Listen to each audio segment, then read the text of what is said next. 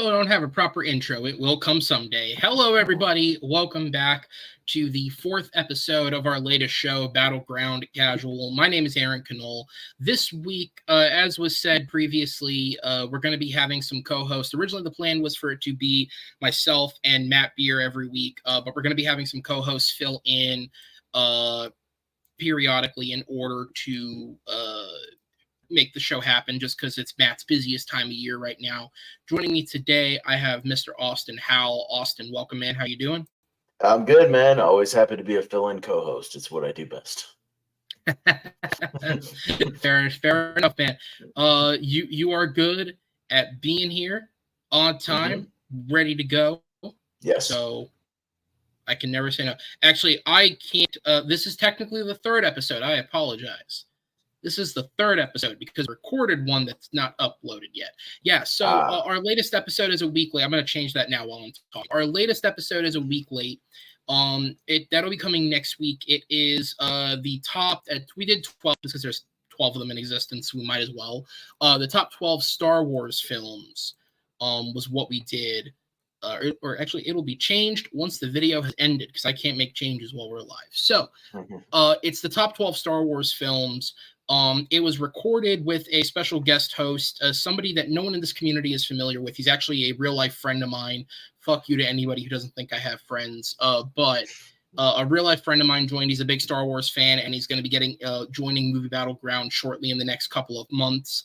So I decided to kind of give him a buffer and let him join in on the show. But he also doesn't do this on a regular basis. So we had some mic issues that I'm working through, trying to hopefully make not sound as bad as it might have been when we were recording. So that's why it's delayed. Just don't have the time to sit there and do that consistently when I have other stuff I have to work on. So we're doing this one live to make up for, and then that Star Wars episode will go up next week. There will be a proper calendar posted on the Facebook page in the next couple of days for you guys to check out so you know what episodes are coming each month. But that said, Ensemble Biopics is today's topic in honor of the recent release, Dumb Money, which is still expanding, I believe. Like their release calendar said they were expanding up until like mid-October or something, I think it was. They kind of did like a more, they did what I thought Gran Turismo would do. When Gran Turismo was like, we're going to like release it on this date, but it'll go wide on this day. And then their release, it was just a bunch of fan screenings that did nothing to help their box office. Dumb Money did an actual limited release, and it's just very, very slowly expanding. Okay. Have you had a chance to see it? Yeah, I saw it last week. I liked it. Yeah, I know. I liked it. I like this new subgenre that we're getting a lot of these sort of based on a true story business movie sort of things. Is kind of what I categorize them as. We've had a lot of them this year with Air, with Dumb Money, with Flamin' Hot, Tetris. Yeah, Tetris, and I know I'm missing one. If I go into my watch list, I'll find it. But Blackberry. Blackberry was the other Blackberry, one. Yeah. So, I've liked all of them. Like, I'm positive on all of them. I dig them. Where I rank them at the end of the year, we'll see. Which ones kind of make my top 10, 12, 15, whatever. But yeah, I'm enjoying all these, and I think it's a nice subgenre that you can mine, Aaron, because with these true stories, there's a lot of interesting ones out there. There's tons of subjects you could fill out there while being still original movies. You can get really good cast members to fill in these roles. And they're not just some franchise movie or some sequel or remake or whatever, and they can still be really interesting. And, with them being all over the place, you can set them in any time period, whatnot. So I'm digging them. So bring them on. Give me all these true story business movies, whatever. Do what you have to do to make them entertaining. Obviously, sometimes they stretch a few things. Oh, the Beanie Bubble also was another one on the Apple. Oh, yeah, that happened. Yeah, I still like that movie as well. But I'm digging all these. So bring them on. I dig them. Yeah, absolutely. I mean, there's always like, my biggest thing is I hope these movies, because they obviously a lot of them have gone to streaming, so it's a bit sporadic as to what you can call a success. But I hope they continue to do well, because like it's one of the biggest fallacies in all of Hollywood, where everyone complains that there's no original movies and then no one goes and sees the original movies. And if you want to be the person that argues the semantic of telling the story of something that happened using conventions from other films to make it relatable isn't original, then you be that asshole. But there are tons of stories that we can mine into and make it interesting. And you know what I mean? And yeah, you can get really unique with it, right? Like, I remember years ago when there was an announcement that like a different studio was trying to make a Tetris movie and they wanted to make like a fucking sci-fi game with like block ships, and like that was their approach. And it's like, no, God, no, that should never exist. But No. the Yeah. movie lawsuit that came with the game, yeah, that's a much more interesting idea than trying to come up with some sci-fi bullshit.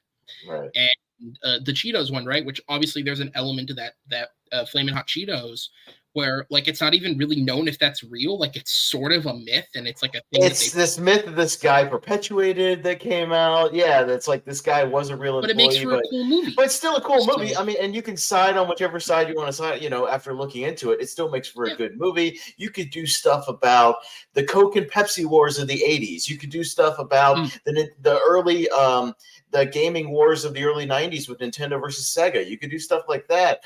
There's so much material you can mine, even from just like these pop culture rivalries and whatnot. You could do the explosion of Sony with the PlayStation. You could do, you know, whatever you want to do. Like that could still. I was going to say, like, interesting.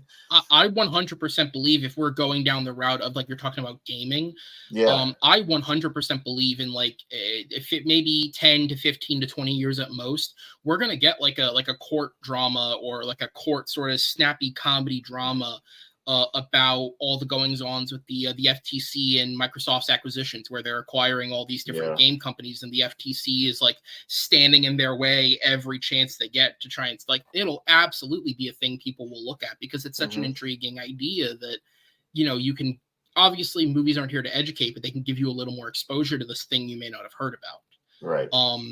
And I think that that's absolutely like looking at my list. I'm sure looking at yours with this, it's like a common theme, right? It's like whether the movie is incredibly accurate to the story or whether it's taking a general story and taking some liberties to be creative, it's exposing you to something that you may not have known about in various different ways, right? Some are incredibly educational and some are just really entertaining. Yeah, no, and a blending of the two, and that's why I kind of dig them. It makes you interested in those topics. But yeah, to your original point, to anybody saying there's not, you know, original movies. Literally, the last two on my watch list, I keep track of them on my note app. The last two movies I saw in theaters, The Creator and Dumb Money, two original movies. So there are original movies out there, and I liked both of them. So go see original movies because they're out there. Even looking back to other stuff, It Lives Inside, Bottoms. You know, there's movies that Last Voyage of the Demeter. Like there are these movies that are good and really solid. Even Gran Turismo, to a degree, you know, is an original film about again a sort of a true story, sort of you know that had the video game implications. That there are these good movies coming out as long as people go check them out. You know, they're out there for you to consume for sure. Yeah, absolutely, and I think Gran Turismo is a great example of a film that like I didn't love as much as I think the rest of the audience does. And it's because as like somebody who views things through like critic brain, I see this as a movie that's using a lot of conventions I've seen before in sports films. But to the audience that doesn't see nearly as many films as I do, which is basically everyone that's not immediately in our community, like these are conventions that they love and enjoy, and they can go see a movie like this, which is a new skin over bones that exist, but it's a new experience to them because visually, and it's credit to Neil Blomkamp, there's nothing that I've ever seen that's like Gran Turismo in terms of how it handles its racing, and the actors are excellent. And so it's like, yeah, there's an element of crowd pleasing to it as well, even if you can look at something and go, well, I've seen this before. Like you're saying, with all these different movies that are coming out in this similar, very funny, but also very dramatic style about these true stories and going into business and financial and all these different things. Yeah, it's bones we've seen before, but a good creative, someone like Craig Gillespie behind Dumb Money, can take it and make it something entertaining in its own right. Yeah, and I don't mind if it's something we've seen before, or if it has a few cliche things like Gran Turismo, if it's done Mm, well. If it's done yes. poorly, and I recognize that it's done poorly, but if you could take the same, those crowd pleasing elements, I'm fine with that as long as it's A, done correctly, and B, you throw in some new things we haven't seen before, like you said, the way he does the racing scenes and the way Yes. and having good acting as well certainly helps it. You know what I mean? Yeah. And because if it was bad, but still has those cliches, I would say so. But I think that Turismo is a good one, that accentuates all the good positives of that movie, which is why it has been a crowd pleasing thing that I very much enjoyed. Yeah, absolutely. So let's go ahead and move on towards the list. So, of course, the title of the episode is Top 11 Ensemble Biopics. Ensemble Biopics is a very loose thing because that's the most succinct, catchiest way to define what it is that we're doing. So, essentially, what we're looking for, and this is how I approach my list, right? I think you can define ensemble through two different prisms, right? I would say an ensemble film is a film that quite literally has multiple leads, like a film where there is definitively 3, 4, 5, 6 people leading the cast. But also, I would say ensemble is some films have like one individual lead that you can dignify, that's the lead. But it's so sprawling and there are so many cast members, and I think an element of an ensemble is also recognizability, people that like Right. you see all these people you recognize in this film, to where all the supporting characters are only there for a segmented amount of time each and you're sort of moving, and so it creates this very big grand cast. Yeah. And then with a biopic, really what we mean is based on a true story. Again, most movies based on a true story do pick a protagonist to follow, and to that extent, they do sort of become biopics, but I didn't require them to all be complete character Movies studies. that completely cover their entire life or anything like that. They can cover just a Right. segment of something of a story. Yeah. Exactly. It's like Yeah. Lincoln is a biopic, but it only covers a brief period in his Of life, his that life. sort Yeah. of thing. Yeah. So yeah, you can call something a biopic without it covering birth to death, or something like Exactly. that. Yeah. Yeah. So with that said, Austin, you feel ready to jump into it? Yeah. Yeah. Let's jump into it. All right. So the way that this works, Austin, as the guest host, you'll get to go first. You'll do your 11 through 8, then I'll do mine. You'll do your 7 through 4. I'll do mine for our top 3. We'll trade back and forth till we reach our number ones. Throughout the show, I'll be keeping track of where you have things ranked. Obviously, I already know where I have my things ranked. I'll be keeping track of all of that. At the end of the show, we will put together the official top 11 list between the two of us. And of course, just to sort of keep the show flowing, if at any point we say a movie that is in the next section of the list, all you have to do is say punt or wait or any term that you like to identify that it's later in the list. So, for example, if your number 11 is my number 8, we'll talk about it then and there because they would be done in the same section. However, Yep. if my number 11 is your 7, because it's in the next section of the list, you can just say punt and we'll wait till we get there. Okay. Cool. All right, ready to go. I'm ready, sir. All right. So should I All start right, with my so number 11? go Yeah. ahead, jump in with your number 11. My number 11 will be Moneyball. Okay. That is not on my list. Go ahead. Okay, yeah, no. Again, this is another sort of subgenre that I've been enjoying lately. Is the kind of sports true story, but the business sports movie. And two of my favorite examples. If it was based on something real, I would throw Draft Day in here, but it's not based on real characters and whatnot. Although there is a real NFL, obviously, but it's not like based on a real story. Right. But Yeah, yeah, the team's real, right? It's Buffalo Bills. Oh no, it's the Cleveland Browns. So, Cleveland Browns, excuse me. I mean, like, there's no real players or characters or anything like that. Right. But again, they kind of go hand in hand, though. The difference being Moneyball was based on an actual story. But I really enjoy this like sports business thing where we don't see much of the actual sport, but there's this true story of Moneyball behind, the Billy Bean character and sort of this. Different approach he took to this season, managing the Athletics. And it's a really cool movie in that, we don't see a ton of it. We see a little bit of the baseball, but not like a ton of it.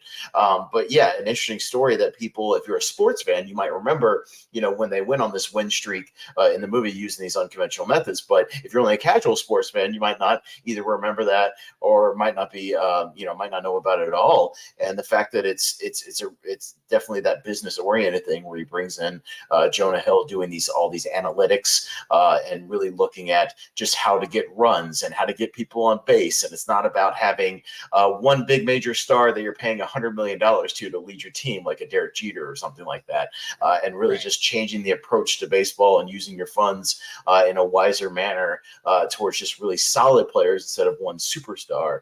And it's really great. And the backlash he gets in the form of like Philip Seymour Hoffman, coaching the team, and a few of the players that he's here and there. It's an early role for Chris Pratt as well in there as one of the players. But yeah, again, it's just a really cool. It's Aaron Sorkin writing the dialogue, which is always reliable, to keep things interesting. But again, this is the first time I think a lot of people took notice of Jonah Hill being a serious dramatic actor. He got an Oscar nomination out of it, and Brad Pitt is always reliable, obviously, to carry the film as Billy. So yeah, really great true story here.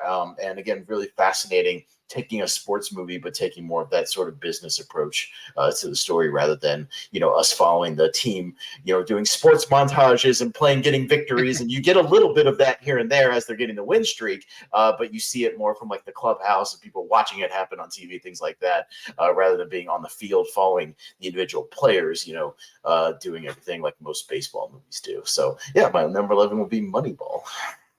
Yeah, so we talked about this behind the scenes. Like when I first started tackling this topic, I amassed a list of like 50 films that like could meet the definition of this. Moneyball was on that list. It was just one of the ones I didn't get around to seeing. Okay, you haven't seen it yet. Okay. Yeah, I've never seen it. Unfortunately, I'm assuming your list is like this as well. Most of these are like 220 or longer, so you can only fit so many in. And Moneyball was just one. Like I literally have it. I think it's Max that it's on. I literally have it on my watch list. I probably will check it out. Okay. Still because it's there, but I just haven't seen it yet. But it's always fascinated me because obviously I'm not really an American sports fan, but I am a fan of English Premier League, and there are two teams over there, mainly a team called Brentford, but also to a lesser extent another team called Brighton that have basically used the Moneyball system that they developed with this team to develop their clubs. These were both clubs that played. So in England, the sports are like there's different divisions and different levels of like how good you are. Basically, you have to win a league to get promoted to a higher league, and both of these teams were in and around the third and fourth division of football over there. So think they're somewhere between like the 70th and the 90th best teams in the country. And having new owners come in and using this Moneyball technology and to sort of scout players and bring in players at a better rate and not go for big stars at the level they were at, they were able to develop their club, develop their training to the point where they're now both in and around the top 15 teams in the country pretty consistently for the last couple of years. And so learning like, oh, that's the system that they were using and sort of translating it to a football way or soccer has been really intriguing to learn. And I've done a little bit of look into it's Billy Beane is the guy's name, right? Like what he did for the Oakland Athletics. And yeah, so the movie is really intriguing. Just haven't seen it.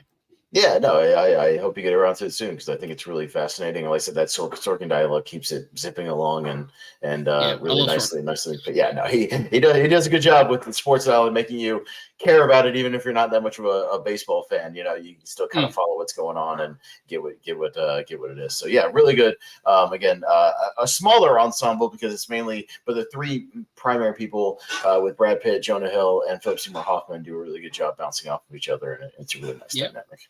So yeah. So number 10, go ahead. My number 10 is a movie that surprised me from last year, actually, and ended up being one of my favorite films of the year, based on a true story. It's the Ron Howard film 13 Lives. Okay. I think on the show publicly I've said I never saw this film, so go ahead. Yeah, no, this movie's great, and it really surprised me. And this is another one that I was mad at Prime and Hulu and these companies for not putting some of these movies in theaters because this movie would have played great in a theater. But yeah, if you don't know, it's based on the Thailand cave rescue from a few years back, where this group of soccer players, these kids and their coach, went in to a cave that's kind of a touristy cave, but went too deep, and the monsoon season started up way earlier than everybody thought it would, and they got flooded and stuck in the cave. And then all the rescue efforts over the next really it was like 10 days or 20 days, so something like that. They were able to survive and get them out, but I won't even really spoil it, because if you don't know how this story ended up and how they got these kids out, it's going to shock you how they did it, because it's really something wild and over the top. But it follows these two divers and then a third doctor that comes in, and yeah, they're played by it's Viggo Mortensen and Colin Farrell. Well, Colin Farrell had a phenomenal 2022. He had like 4 movies, and he was good in all of them. So he had a hell of a year, in addition to getting an Oscar nomination, obviously. But yeah, people tend to overlook this one, and yeah, they played the two kind of deep sea divers that come in to try to lead the rescue efforts along with the local government. And then Joel Edgerton comes in later as the doctor, as like kind of a consultant, and helps out with the rescue as well. But it really plays as a fantastic, just sort of survival disaster movie. And it was one of those things where I started watching it, then I had to go to work like halfway through, and I was really, really bummed and mad and almost called out of work because I wanted to finish the movie. That's how good it was. And what makes it cool is the sequences where they're making their way through the underwater caves, and they actually made an entire cave for the movie. They built this massive set that looks like this cave and filled it with water and whatnot. That was like a direct replica of some of this stuff, and it was really great. And the underwater sequences are very claustrophobic and keep you very much on the edge of your seat. I mean, it's Ron Howard. He's a fantastic filmmaker, so he does it right. But yeah, the main thing to remember, yeah, if you don't know the actual story and you dig like sort of disaster or survival type movies, I would encourage you to check it out, because it will shock you how they actually got them out, and the efforts that were made, and how massive this effort was to get these kids out. And but it's a really nail biting film. And yeah, I was super surprised, but it ended up making like my top 5 of last year, and I really, really loved it. And I've gone back and watched it again since, and really enjoy it. So yeah, number 10 is 13 Lives. All right, what's your number 9, sir? Now my number 9 is this year's Oppenheimer. I'm putting it on the list because I've seen it 3 times in theaters and I love it. Punt. That's a punt. Okay, well, I love Oppenheimer, so we'll talk about it. All right. Yeah. So then we'll go to, just before you got too deep in there, yeah. So that's a punt. So what is your number 8 then? My number 8 is Apollo 13, another Ron Howard film, oddly enough. All right, go ahead. Apollo 13. This is a big one that I had seen back in the 90s. I had rented it in the early 2000s. Hadn't seen it in a long time, and revisited it very recently on Blu-ray again. I just hadn't seen it in a minute. And man, again, this movie's phenomenal. One of the better sort of, again, space disaster, space survival type movies based on a true story and what really happened. And again, you have a phenomenal cast here. I mean, obviously, Tom Hanks at the beginning of it, but you've also got Bill Paxton and Kevin Bacon and Gary Sinise and Ed Harris, like all these recognizable people. And I want to say I was going to actually try to like pull up the actual cast, because you got a ton of like character actors popping up in there as well, that you would recognize. You got Ed Harris, Mark McClure, Clint Howard, Xander Berkeley. I mean, all kinds of people. Yeah. Kathleen Quinlan. Yeah, there's tons of people in this movie that you kind of recognize, even if you don't know the names. But yeah, again, the actual disaster aspect of it is really, really well done. Following these astronauts as they do, just literally scrapping together anything they can. The efforts on the ground are just as exciting as the people at Houston are trying to cobble together things and figure out solutions. And they have to make a CO2 filter machine out of here's all the stuff that they have available to them. Make me a machine in 30 minutes. And it's all this stuff. And with Gary Sinise being the guy who had to get grounded and is kind of guiding them from the ground as well. But again, if you haven't gone back and either revisited or seen this movie altogether, Howard knows how to do survival movies, as referenced by 2 of the movies on my list that are based on a true story. So just one in space and one in the water. But he knows what he's doing, and there's a reason why this movie got a lot of Oscar love in the back of the day, but rightly so. So if you haven't revisited or seen it, check out Apollo 13.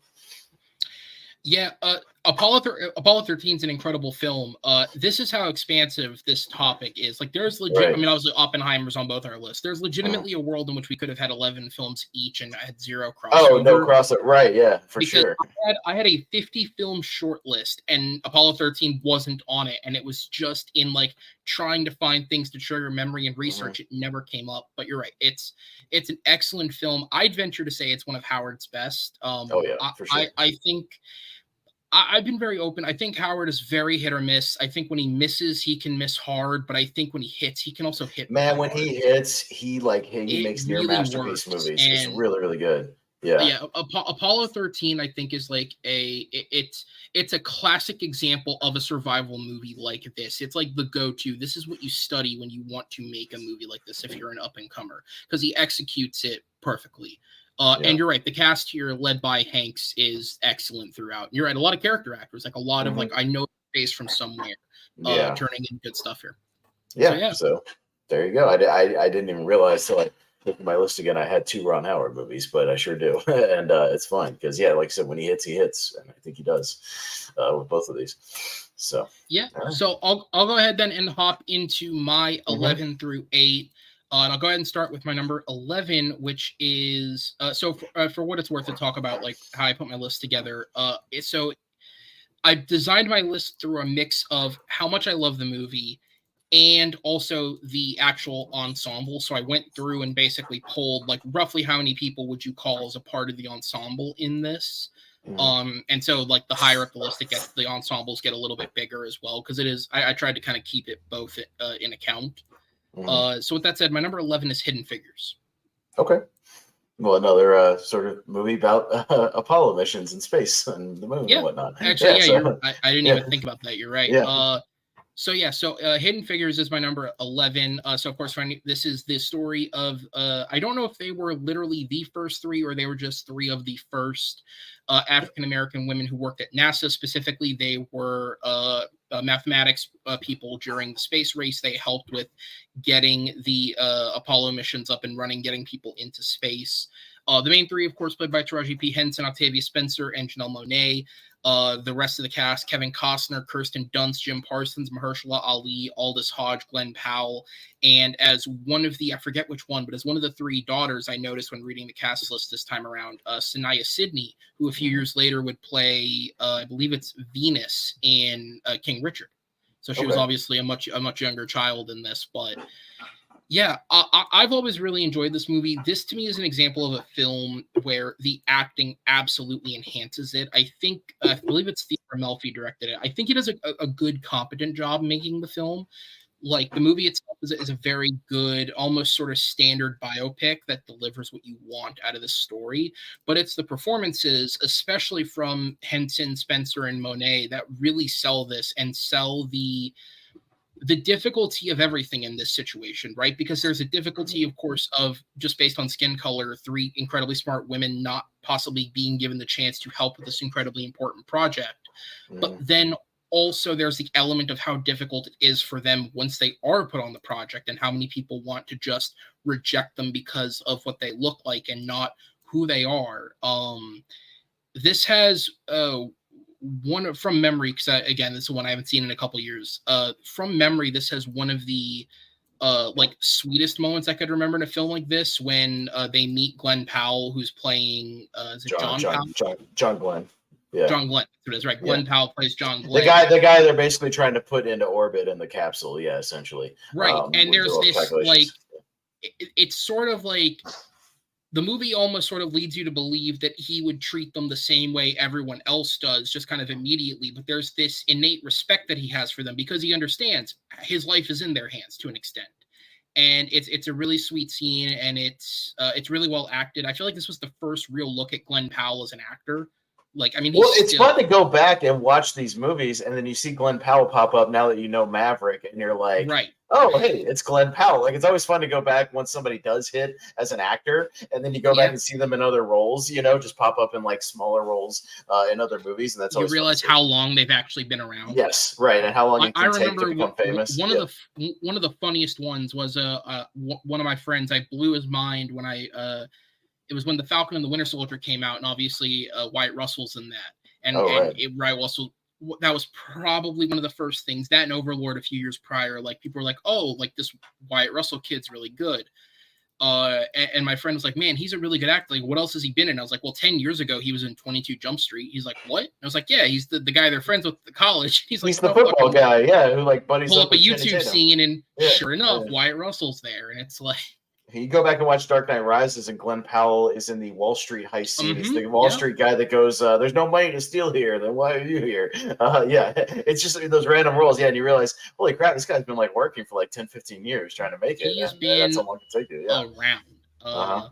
Oh yeah. But yeah, no, Hidden Figures, it's like it's most definitely a family-friendly version of this story, but I think it's also one, like, this is the type of film that I think you could it's really well made. Obviously, it was Oscar nominated. It's really well made. It's really well acted, but it's got a sincerity to it that I think you could show this to little kids and they would get the message from it. And it is family friendly, and you can watch it together.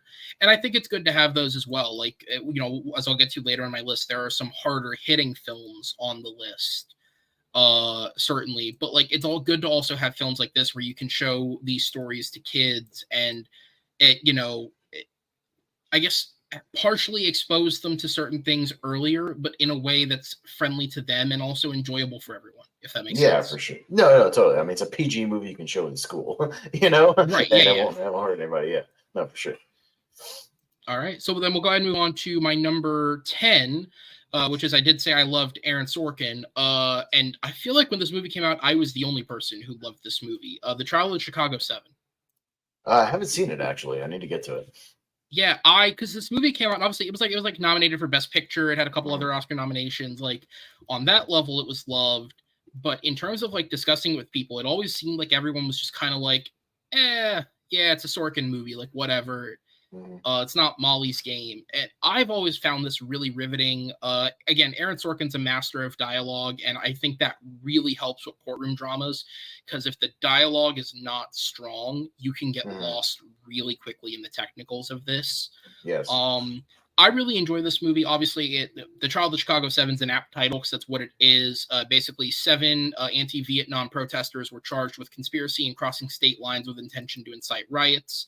In 1968, they were not. They were innocent of what they were charged with, but they were basically being scapegoated by the government. And the ensemble in this is mostly made up of like smaller, like I guess modern day character actors who you've seen in things. But it's a really good performances. It includes Eddie Redmayne, Sacha Baron Cohen, Jeremy Strong, like right at the start of Secession, I want to say. So he like right when he was first becoming a name. John Carroll Lynch, Yahya Abdul-Mateen II, Mark Rylance, Joseph Gordon-Levitt, Frank Langella gives, I mean, in a storied career, one of his best performances is like the just very biased judge in this film. Michael Keaton has a small role in it that he's excellent in. But this is just, it's a really strong, really, really well written, really well directed courtroom drama. And I think courtroom dramas are the type of films that are built to have these good ensemble casts because there's so many pieces within the courtroom itself.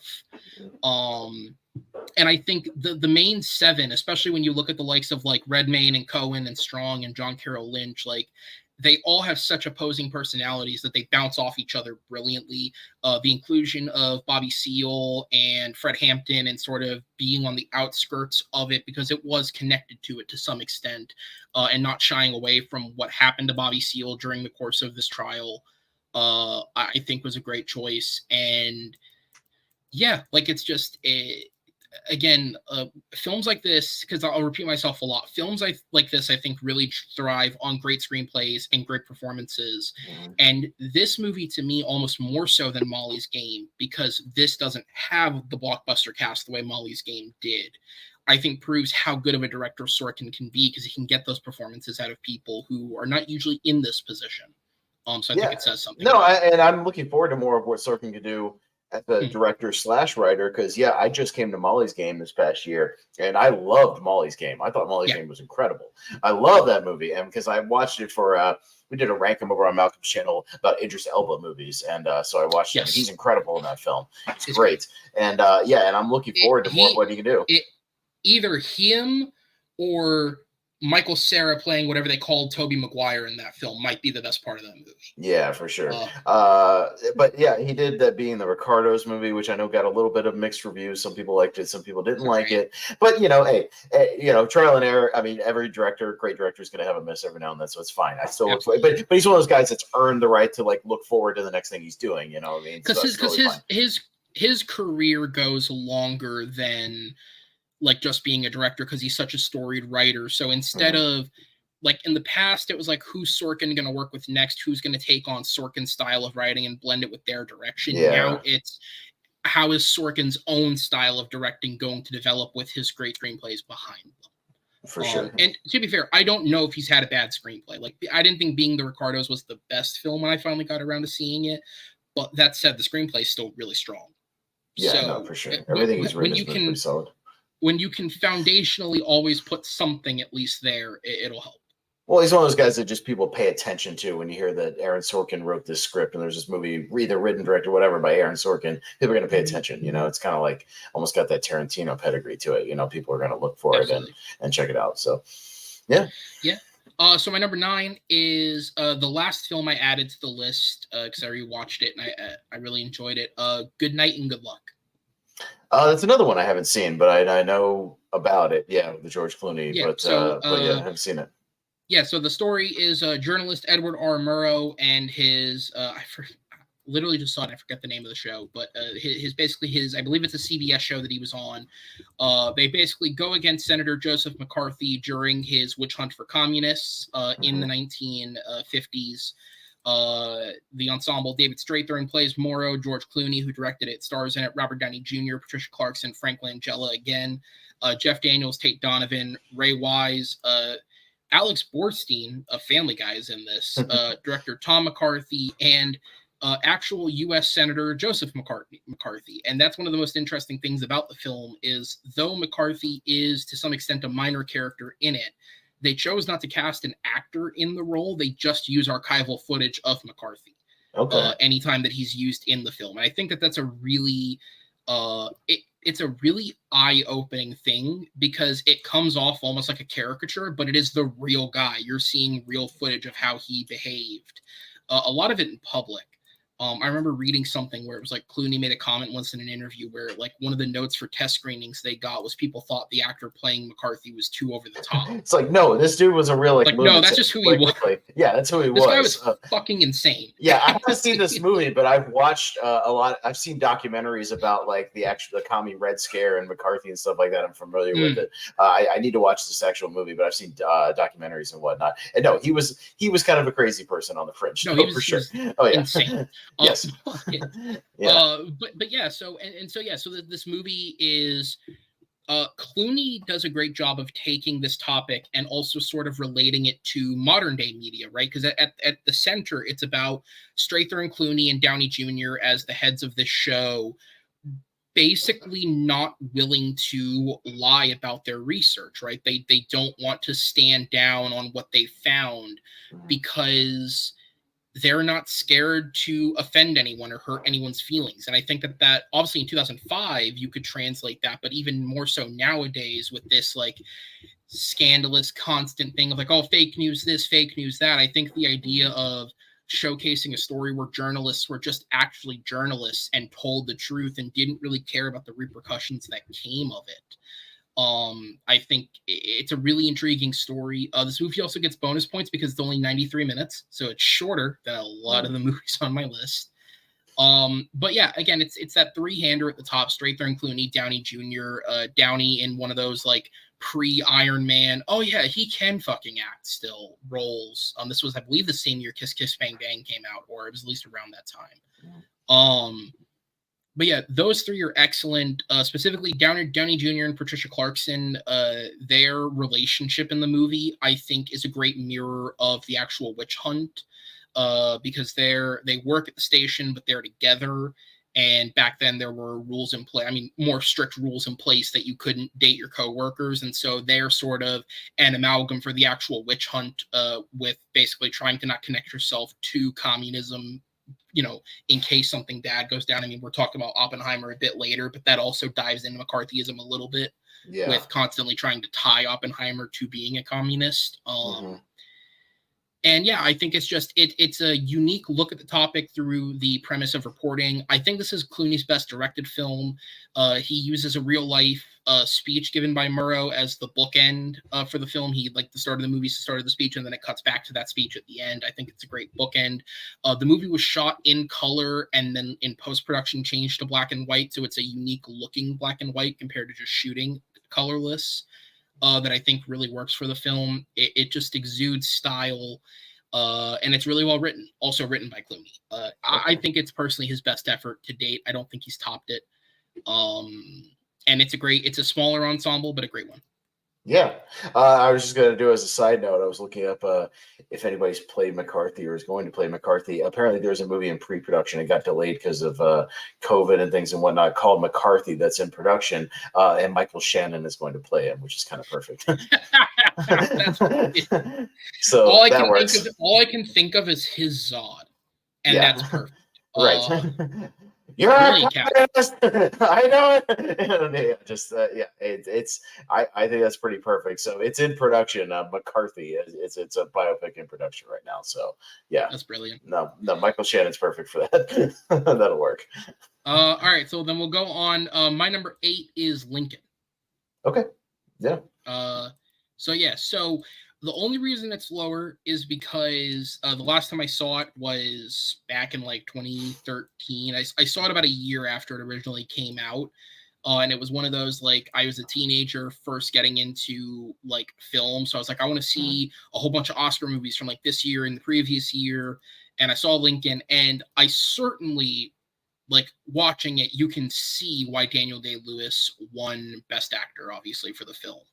And you can see the talent on screen. I mean, you really can. Like, this ensemble, Day-Lewis, Sally Field, Joseph Gordon-Levitt, Adam Driver, a young one, Jared Harris, Coleman Domingo, David Oyelowo, Dane DeHaan, David Strathairn, Jeremy Strong again. This guy's been in a bunch of these. Tommy Lee Jones, Lee Pace, Michael Stuhlbarg, Hal Holbrook, getting some of the older actors in there, James Spader, Tim Blake Nelson, Jackie Earle Haley. That's not even all of them. Like, Jeremy Strong's in another movie, by the way, that I'll bring up in a minute for my number 7. That I didn't realize, but he is. Possibly either we share a film or he's in another one that I've missed. But yeah, this guy keeps finding his way into these excellent films and then found success with Succession. So good for him. Right. But yeah, no, like, this movie's cast is expansive. The performances, like, even just off memory and looking up scenes of the movie just to refresh myself, are incredible. The story's really well told. I think Tony Kushner is an incredible screenplay writer. I think all of his collaborations with Spielberg are really well written. Like, they just collaborate really well. It's just simply I haven't had a chance to fully rewatch it since I would have seen it that many years ago.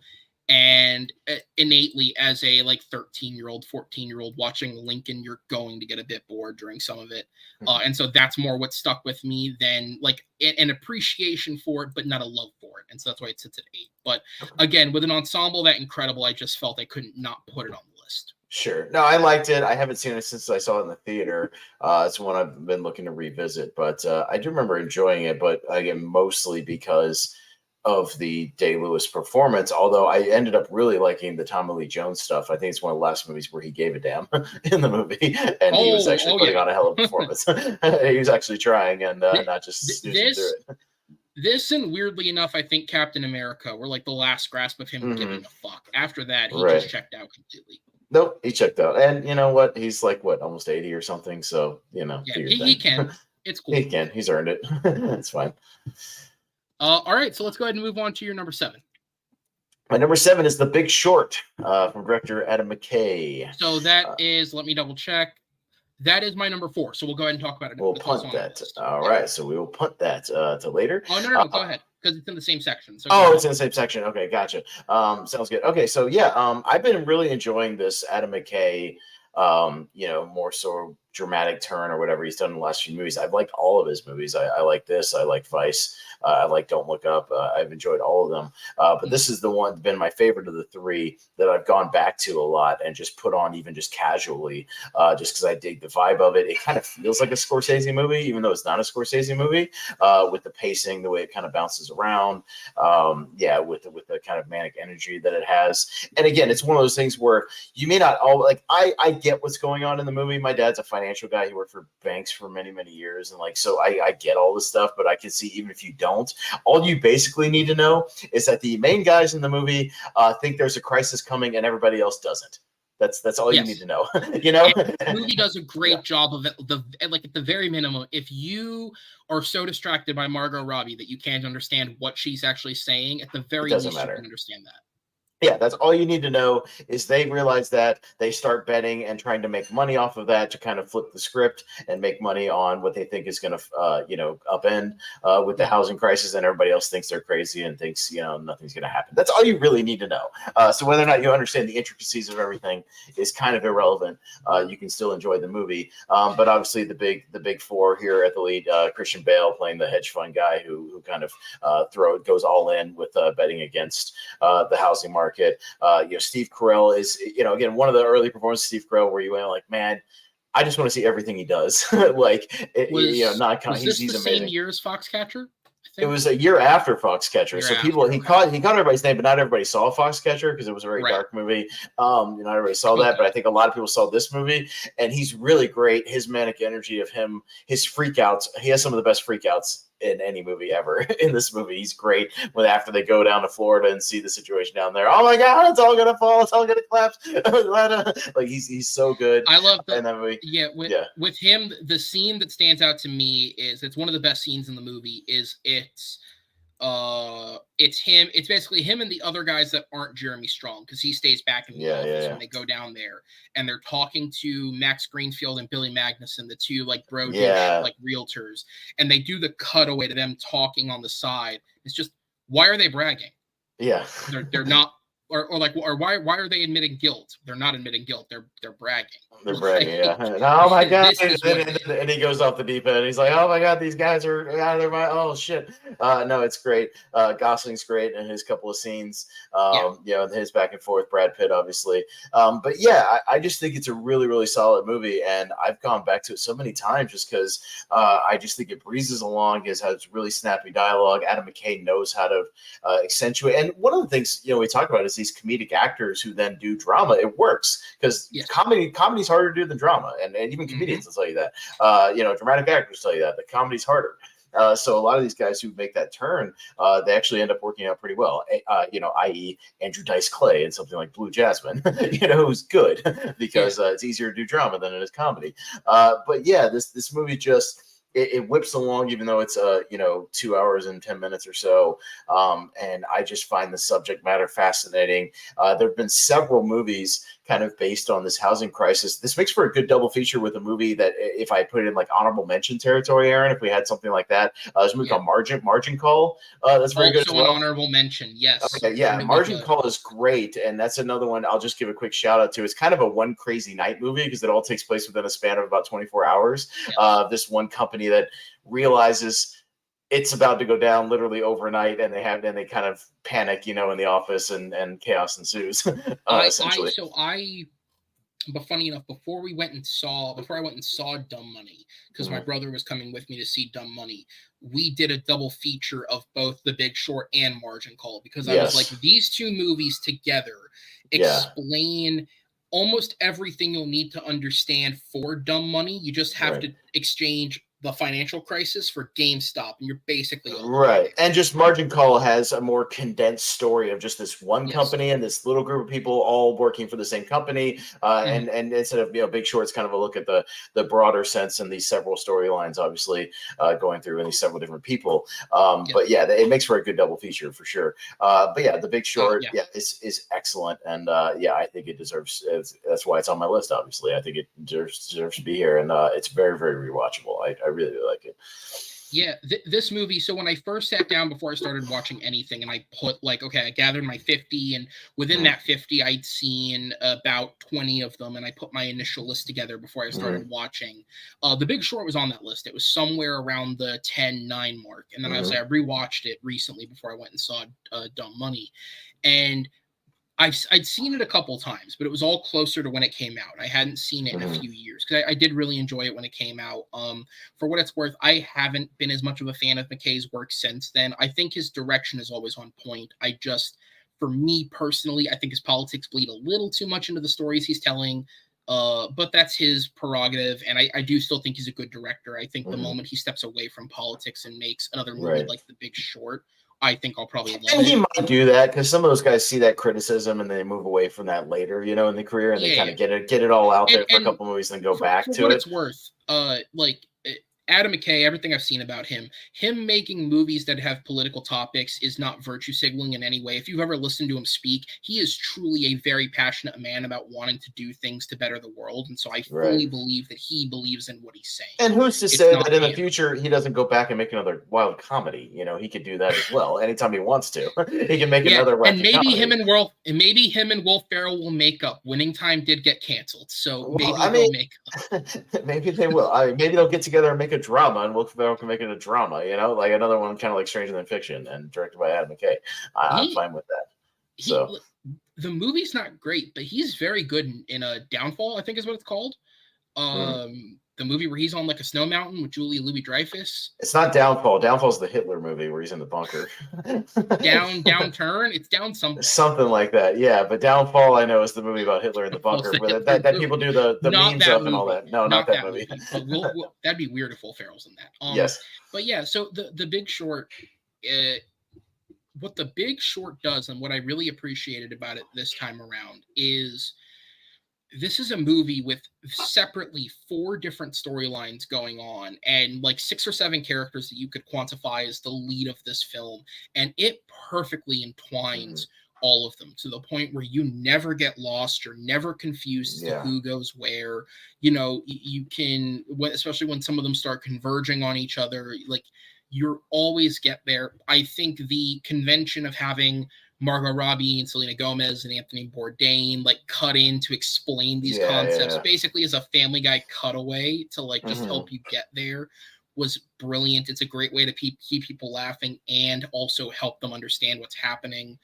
And you're right, like just as much as like the stars of the film are really good, it is the smaller actors that help bring this film through. I only know this because I have the names in front of me. Like John Magaro and Finn Wittrock's the 2 guys working under Pitt. Like, obviously, the small boys in this big cast of leading men, like, they're really good. Hamish Linklater, Race Ball, and Jeremy Strong as Carell's team also add a lot to it. Their reactions simultaneously to everything Gosling's presenting them and everything everyone else is presenting them both, like, amplify Carell, but also ground him. And they're constantly changing how they're interacting with him in a way that I think really benefits the film. Yeah. And so I think what this list has made me realize is Jeremy Strong's a fucking excellent actor. Like, if you put him in as a supporting actor, it's probably going to be a really good movie. He's really great. Do that. Not based on a true story, but he's also excellent in The Gentleman. I can keep naming movies. So sure. But yeah, no, this movie's excellent. I think, and if you didn't understand the housing crisis, I think genuinely this movie will help you understand what happened because it is very educational in the best way possible. Like if it weren't for the fact that there's a bunch of cursing and shit in it, like you could show this in schools. And I think you could probably show segments of this in schools to help educate kids in economics classes.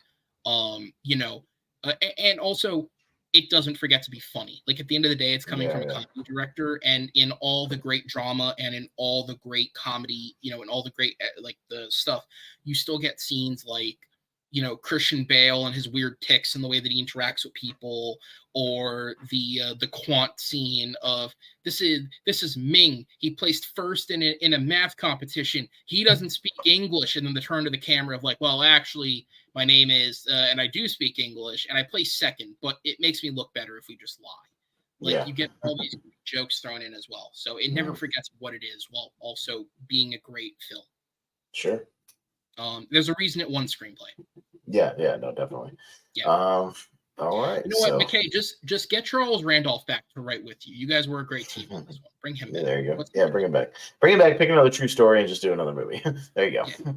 Yeah. So my 7, your 4. What's your number 6? My number 6 is speaking of Craig Gillespie, I, Tonya. Which he also directed in 2017. Go ahead. Yeah. So I, Tonya was a huge surprise that year when it came out. I absolutely loved the movie. I think it ended up kind of in like my top 5 that year. Really, really loved it. And, you know, mainly because it's not that it's a movie that made me care about figure skating, although if you can do that, that's, you know, that's quite an achievement. But I was already fascinated with the Tanya Harding, Nancy Kerrigan saga from, there was a 30 for 30 a few years before called The Price for Gold, and it was really, really good, that had Tanya Harding kind of at the center of it, doing all these interviews and making very contradictory statements throughout the entire thing, which the movie is kind of based on. So it uses this sort of unreliable narrator stuff as to what you believe is true and not true with the entire story, although obviously the events and whatnot all took place, and everybody's playing the real people involved with it. But again, great cast. Margot Robbie obviously at the center of it. Sebastian Stan playing Jeff Galooly. Yes, that's his real name. Bobby Cannavale and Allison Janney, who I believe she got nominated or actually won the Oscar that year, or at least got nominated. She won. She may have won that year, but yeah. Anyways, Alice Janney, and then oh my God, Paul Walter Hauser, and this is I think when everybody got first introduced to Paul Walter Hauser, who steals every scene he's in. He is fantastic to the point where I thought he should have been nominated for an Oscar for this movie. I thought he was great. He steals every single scene. And if you think his performance is over the top or silly, when they show the actual interviews at the end of the movie with the real guy that he's playing, and it's dead on, spot on, and it's not an exaggeration, you go, oh, I guess he's just a really good actor. And it's perfect casting because he kind of looks like him. But yeah, he's great. He's fantastic. Yeah, he's Sean. The kind of supposed bodyguard of Jeff, this guy who claims he was like in counterterrorism and the CIA and all this stuff, and he wasn't. He's just a total fraud and an idiot. Honestly, it's in many ways it's almost kind of the perfect setup for Paul Walter Hauser to then go and play Richard Jewell. Yeah. Oh yeah, no, this kind of it's kind of nobody. Yeah, this everyman. No, because he's totally believable as that. But yeah, he's amazing in it. But yeah, what's already kind of a fascinating story of her rise. And she did win, by the way. I found. Yeah. Okay. Yeah, she's very, very good. It's this kind of this wild step mother, but she's great. And again, it's a fascinating story already altogether with this rivalry between her and Nancy Kerrigan. But they don't show much of the Kerrigan stuff, other than just here and there. It's not as much of a center. But yeah, it's still really compelling with that. And again, with the sort of unreliable thing, you don't know whether she's telling the truth or not throughout the movie, or what's going on, and this weird relationship she has with Jeff, where they're smacking each other around and yelling at each other one minute, making out the next minute, and just it's all over the place. But really, really good stuff. And I think it really brought my attention to Craig Gillespie, who had made some smaller movies, but this is the first time I really took notice of him. And obviously going into Dumb Money, I knew he was directing it, which is why I was excited for it. And I think he's doing great. Just a quick note, it's written by, oddly enough, with Sebastian Stan in the movie, a guy named Steven Rogers, which I just thought was funny. Steve Rogers wrote the movie that The Winter Soldier's in. Hey. But yeah, it's really fun if you haven't seen it. Excellent movie that has it has a comedic edge to it. There's like crazy things happening on screen, but it's also funny. You're also laughing at the same time, even when they're smacking each other around. There's like domestic abuse. It's played almost for laughs because it's so over the top and so silly, but that's intentional. But yeah, so it plays like a madcap heisty comedy kind of thing, but it still works. So yeah, I love I, Tonya. I think it's a fascinating movie that I've gone back to a couple of times. Yeah, honestly, I think because I did when I was looking over films, it did come up, and I think in my head, for me personally, I just considered her too much of the lead, and there wasn't there wasn't an insanely big cast behind it. But yeah, there's absolutely an argument that it is an ensemble, because I think while she's really good as Tanya Harding, without the rest of the ensemble committing as much as she does to it, it doesn't work. Because you're right, you do need. Enough, she may be. It's not even the weakest performance in the movie, but the one that doesn't get a lot of attention. That didn't get a lot of attention coming out of it, even though she's kind of the primary character. It was like, these people stealing the movie, like Paul Walter Hauser and Allison Janney, they're stealing every scene they were in, and almost taking the thunder away from her, which is why I consider it more of an ensemble thing, because all the supporting people are the ones who got attention for the movie, coming out of it, for sure. It's incredibly ironic that her 2 Academy Award nominations are for I, Tonya and Bombshell, 2 films that I feel like in the grand scheme of her career, she won't be remembered for. People will remember I, Tonya, but I think it is for the supporting cast and not necessarily for her. And in a few years, I don't think anyone's going to remember Bombshell, unfortunately, but no.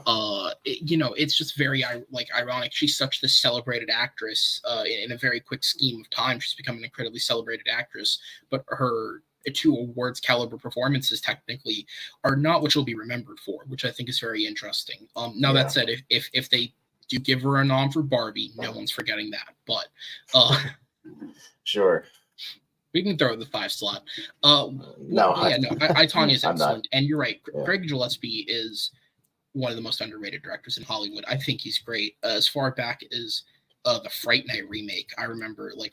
Oh, he's great. I love that Fright Night remake. That Fright Night remake is way better than it has any right to be. It's really good. Cruella is one of the best Disney live action remakes. The dude can spin gold out of almost anything.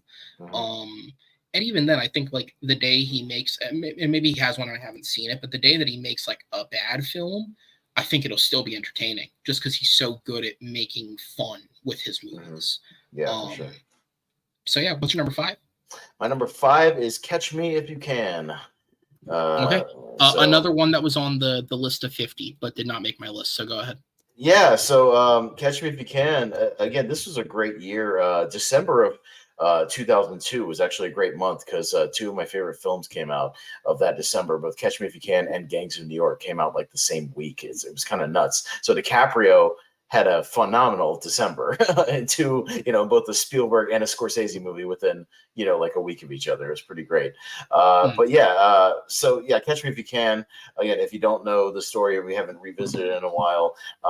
It's based on this guy, Frank Abagnale Jr., who kind of became a notorious sort of con man and, fraudulent guy who got chased by the FBI for a while. Again, there are liberties taken in this movie, Aaron, as far as how far some of these things went and, what happened here, but the baseline story about this kid who pulled a lot of scams and whatnot, and then ended up helping kind of the FBI in their division, catching other con men and scammers and whatnot, people pulling big frauds. That all that is true. That all happened, but of course, it's a movie, so we got to have wacky chase scenes and them almost catching each other multiple times. I think if you actually truly properly adapted the true story of this as accurately as you can, a lot of the charm this film carries is lost.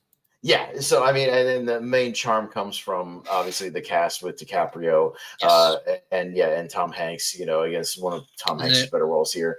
Early Amy Adams, right? As the very early Amy Adams. Yeah, she doesn't show up till about halfway through the movie, but yeah, she shows up as kind of a love interest halfway through, as this nurse while he's pretending to be a doctor at a hospital for a little while. Christopher Walken plays his dad. Yeah, Martin Sheen's in there. James Brolin. Yeah, so there's a lot of really good people that pop up.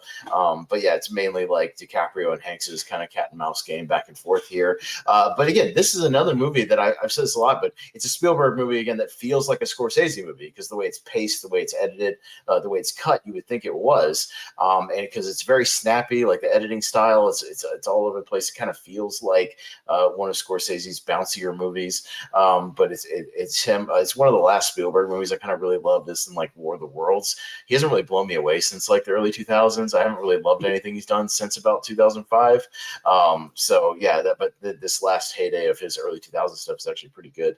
I personally, I loved West Side Story, and I really loved The Fabelmans, but for the longest time I was with you. Yeah, no, it took him a long time to reach. Yeah, I didn't even love The Fabelmans that much. I think there's good performances and stuff in there, but I didn't love The Fabelmans overall. I thought some stuff was better than others, but that's another topic for another day. But yeah, if you haven't gone back to see this episode, we'll inevitably I can do that because I've seen his entire filmography start to finish, and I filled in all the little gaps here and there, so I could definitely do that. But yeah, Catch Me If You Can is great. If you haven't gone back and see it, all the scams and things he pulls off is fun. The chase sequences that are obviously a little bit fictionalized are a lot of fun, and just where it goes. So, and great score, by the way. Again, we say John Williams and Steven Spielberg go great together. Obviously, they always work together, but it's this kind of jazzier score, with this old timey sort of 40s aspect to it or some 50s aspect to it. And it's very different from his scores, but it's very, very good. And it matches what's going on. So, if you haven't gone back and rewatched it in a while, go back and watch Catch Me If You Can. I think it'll surprise you how good it is. Yeah. What's your number? Again, so I should say, incredibly considered. It Yes. was one of the final cuts for me. It was just for reasons I'll get into when we reach the end of the episode. I cut a couple other directors down to just one film on the list because Yeah. of reasons more so connected to future lists we're doing. So I decided to do the same for some other directors, and Spielberg was one of those. And I just barely went with Lincoln because of the size of the cast over it. But Catch Me If You Can is, I mean, obviously, eventually one day I'll probably do that list, but right now, without analyzing it too deep, it's a top 10 for him. It's excellent. Yeah, for sure. Definitely. So my number 4 is a movie that's a takeoff of one of my other favorite movies of all time. You'll see what I say when or what I mean when I say the movie. Saving Mr. Banks is my number 4. Okay. So, because Mary Poppins is one of my all-time top 20 favorite film of all time. That stuck with me. I'll just throw in real quick for the second time this episode, a movie that's incredibly valid that never showed up on my radar. But sure, excellent. I gotcha. So yeah, but Saving Mr. Banks is great. I have a quick story about that ties in with my number 1 when we get there, but I won't spoil it about Saving Mr. Banks. But anyways, and seeing it in the theater. But yeah, so it's kind of loosely based on the story of how Mary Poppins came together. Again, I a number 4 and 5, 2 Tom Hanks movies kind of back to back. But obviously Tom Hanks playing Walt Disney, Emma Thompson playing P.L. Travers, the author of the Mary Poppins book series. But yeah, you got some really good people in here. Jason Schwartzman, Bradley Whitford, Colin Farrell again doing really good work here. I think he was nominated for an Oscar for this movie as well. But yeah, playing the Sherman brothers, who wrote all the music. Paul Giamatti's the driver that drives her back and forth every day. But yeah, it's kind of based on these audio tapes that existed when in these meetings between Walt Disney and the Sherman brothers and her, like putting the movie together and trying to do this, her, just being a brick wall for most of the process and, stonewalling everything and over little minute details and not liking this and not liking that, kind of eventually coming around and being very protective of her property. But yeah, it's a great look kind of at Disney or at the Disney company around this time and what was going on. And yeah, their efforts to really get this done, which took a while. And it was kind of a passion project for Disney himself. He really wanted to do the story. And the way it came together is great. Yeah, if you don't know how the songs came together and how the little details and whatnot, it's really fascinating. Emma Thompson's phenomenal in this movie. Yeah, if you're not as familiar with her as an actress, it's a good place to start. She's just got this snappiness to her and this kind of sarcastic attitude. And, she's just this very blunt personality, and it's really great. A few liberties were taken, obviously, with the final thing where she's actually watching the movie and she's crying. That didn't happen. She actually didn't love the movie overall. Of course she didn't. But so that's a little exaggerated. They never do. But a lot of those scenes where they're actually going back and forth about the things she's sort of objecting to, those are all really based on the act. A lot of the dialogue is really taken up from the actual audio tapes that they had, that they kind of built this movie on. So, and Hanks, of course, it goes without saying, he's great as Walt Disney.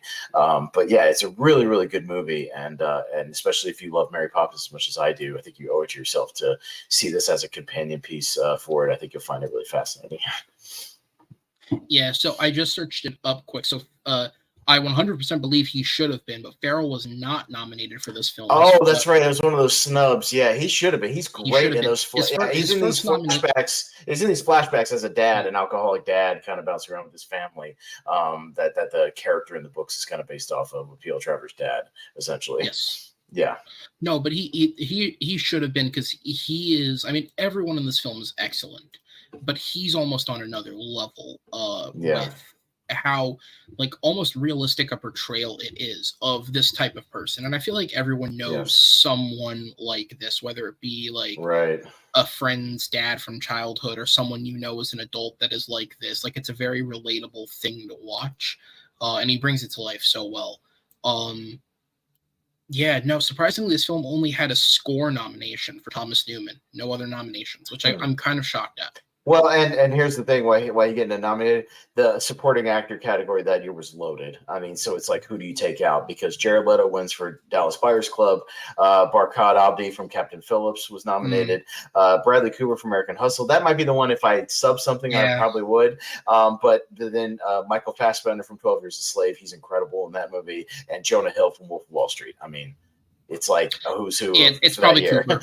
It's Yeah, probably it's Cooper. It's Cooper. I would sub out Cooper and put in Colin Farrell in there. Will he win? Probably still not. You know what I mean? No, Like, but still, yeah, I would at least give him that recognition. because if Great. admittedly, if it's not going to who to go to that year, it was Jared Leto. Jared Leto. If it's not going to Leto, which to be fair, he probably did deserve to win. If it's not going to him, then I'm giving it to Barkhad Abdi or Jonah Hill, probably ahead of him still. But you're right. That's a fucking stacked year. Jesus Christ. Yeah. No, that whole Oscars is stacked that entire year with acting, pictures, everything. So there's years where it's like everything is just super, super stacked. So yeah, what do you give it to? I don't know. It's all over the place. But yeah, same Mr. Banks, I think should at least get a little bit of recognition here and there. It's a nice little gem. Yeah. All right, so that will be your 7 through 4. We'll go ahead and jump into mine then. So we'll start with my number 7, which is a lot of, and I guess I'm not alone on this because I feel like both of our lists skew a bit more to films within the last few years. Yours goes a little further, but like within the last 20, 30 or so years, most of the list is skewing. I wanted to throw one classic film in there because I feel like the concept of having this big ensemble is lost the further in time we go because the names aren't as recognizable to us anymore. Yeah. And so I kind of went back through like my film history class of like, what films did I see that would qualify that I think would be great? And so the one I went with is The Dirty Dozen.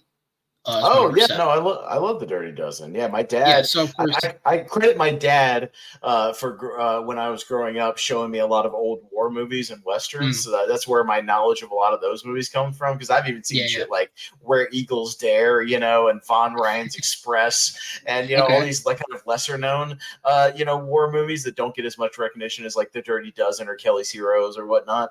But yeah, no, I love The Dirty Dozen. Dirty Dozen's great. Yeah, no, it's great. And of course, I mean, some of these names people would still recognize today. Lee Marvin, Charles Bronson, John Cassavetes. If you're a Bond fan, Telly Savalas, Donald Sutherland is in there. It's a really great cast. Jim Brown itself. Yeah, Jim Brown, NFL player, right? He wasn't really an actor. But he also, I mean, he was in like Mars Attacks and like, he shows up in movies and stuff. Like he was in a lot of blaxploitation movies around the time, just not a lot of big Hollywood productions. Big Hollywood like this. Yeah. No, he was working though. For sure.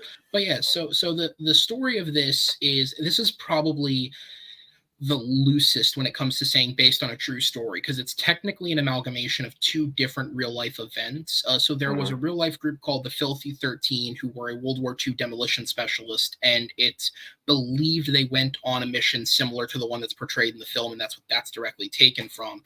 But also the separate concept of President Roosevelt at the time sent 44 prisoners on essentially suicide missions. So they were all death row inmates or life sentences, and they were given the chance to go with the military over to Japan and were sent on essentially suicide missions, I believe with the premise being if you happen to survive and make it back out of the war, you'll be pardoned and released. But aside from that, the intention is, and I believe pretty much all of them did die on said missions because that's what they were being sent to do. Think of it like a World War II version of the Suicide Squad. Exactly. Essentially. Yeah. And so this movie takes both concepts and combines them together with Lee Marvin playing a major who's not the most liked guy, and he's tasked with this responsibility of taking 12 because it's been a year or two since I've seen it. Are they just prisoners or are they like military prisoners? I forget.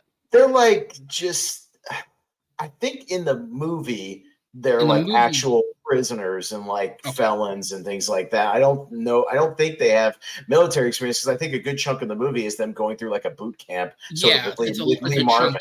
They're giving them training to like do this specific mission in the movie. Yeah. So so they take a bunch of these guys, which is where the likes of Charles Bronson and John Cassavetes join in. And so it's 12 guys, the Dirty Dozen, who are selected, all death row or life sentence inmates who are selected to go on this suicide mission. You're right. It is an early progenitor of things like the Suicide Squad. It's a then modern day version of Seven Samurai or the Magnificent Seven, but posted over into wartime. It's a World War II movie that's not that far removed from World War II. Which is incredibly, in the grand scheme of things, which is incredibly interesting. And obviously, some of the filmmaking techniques don't hold up to what they do today, but overall, the film still looks really fucking good. Oh yeah. And That's really well done. obviously, this is a who's who of actors at the time, and they're all incredible. It's incredible performances across the board. The movie does a really great job at actually making you like these inmates and want to root for them, despite what you know they're walking into. And of the war films and other films of the like that I watched in like film history class and various things at the time, this was the one that stood out to me. Is like audiences today, I think, could still find a lot to enjoy in this film. It definitely feels like the one that holds up the best. And so to sort of shout out classic film, I wanted to put one on there, and The Dirty Dozen was easily the one when I read it, like that. Absolutely that. The closest classic film I came to putting on here is All the President's Men was the closest one I came to putting on here. I wanted to watch it for this because I've never seen it and I didn't get to. So yeah, I've been on a 70s kick lately. The last like year or so, I've been watching a lot of 70s stuff, and I dig the vibe of like 70s movies and how unpredictable they are and how they just didn't care. A lot of things. You just really do whatever you want. Do whatever you want in the 70s. That's the closest I came because it's very similar to, I would say, if you like Spotlight, I think you'd like All the President's Men. It's one of the more accurate depictions of just raw journalism we've seen in a movie. So that's the closest I get. That'd be like an honorable mention kind of territory. So yeah. All right. So my number 6 then is funny enough, we were just talking about it. 12 Years a Slave. Okay. Yeah. Yeah. This movie, so I've told the story before on air, but this movie scarred me at a very young age because I was a teenager, and not young. I was a teenager, 13, 14. I forget exactly how old. And I remember specifically with this one, I was dragged to like a birthday party for a friend of my brother. And my brother's like 4 years younger than me. So there's a variable enough age difference that I don't fit in with those kids. And so I remember asking my mom for money to go see a movie at the movie theater that was next door to where the party was. And I went over and I bought a ticket to whatever movie I could legally get into at the time. But I knew at about the same exact time, there was a showing for 12 Years a Slave starting, and there was a showing for The Wolf of Wall Street starting. And I was trying to choose between which one to go see. And I chose 12 Years a Slave because just from what I'd read online, this was the one, because this was in like February. So people were like, this might win Best Picture. So I was like, okay, I'll go see that. So I've seen it. And my God, I was not prepared for what the fuck I was walking into. Yeah, right. I was not prepared. That said, I have seen it one time since. I don't know if I ever want to watch it again because it is heavy. But it's a brilliant film. It really, the biggest thing against it is so heavy. It's hard to really enjoy it to some extent. But it's beautifully acted. Ejiofor, Fassbender, obviously Lupita Nyong'o won the award that year. This movie put her on the map. But it goes, I mean, like, again, I wrote the cast list down in front of me. Benedict Cumberbatch, Paul Dano, Paul Giamatti, Scoot McNairy, Garrett Dillahunt, Michael K. Williams, Brad Pitt, Sarah Paulson, Taron Killam from SNL is in this. I know, that was the most random thing at the time when I saw it. I'm like, is that Taron Killam from freaking SNL? I was like playing like the guy who kind of sells him into the the underground thing. I was like, that's so weird. That's because I was used to him just being this goofy guy on SNL, and he's playing this very kind of sinister role. Like out of place. Yeah.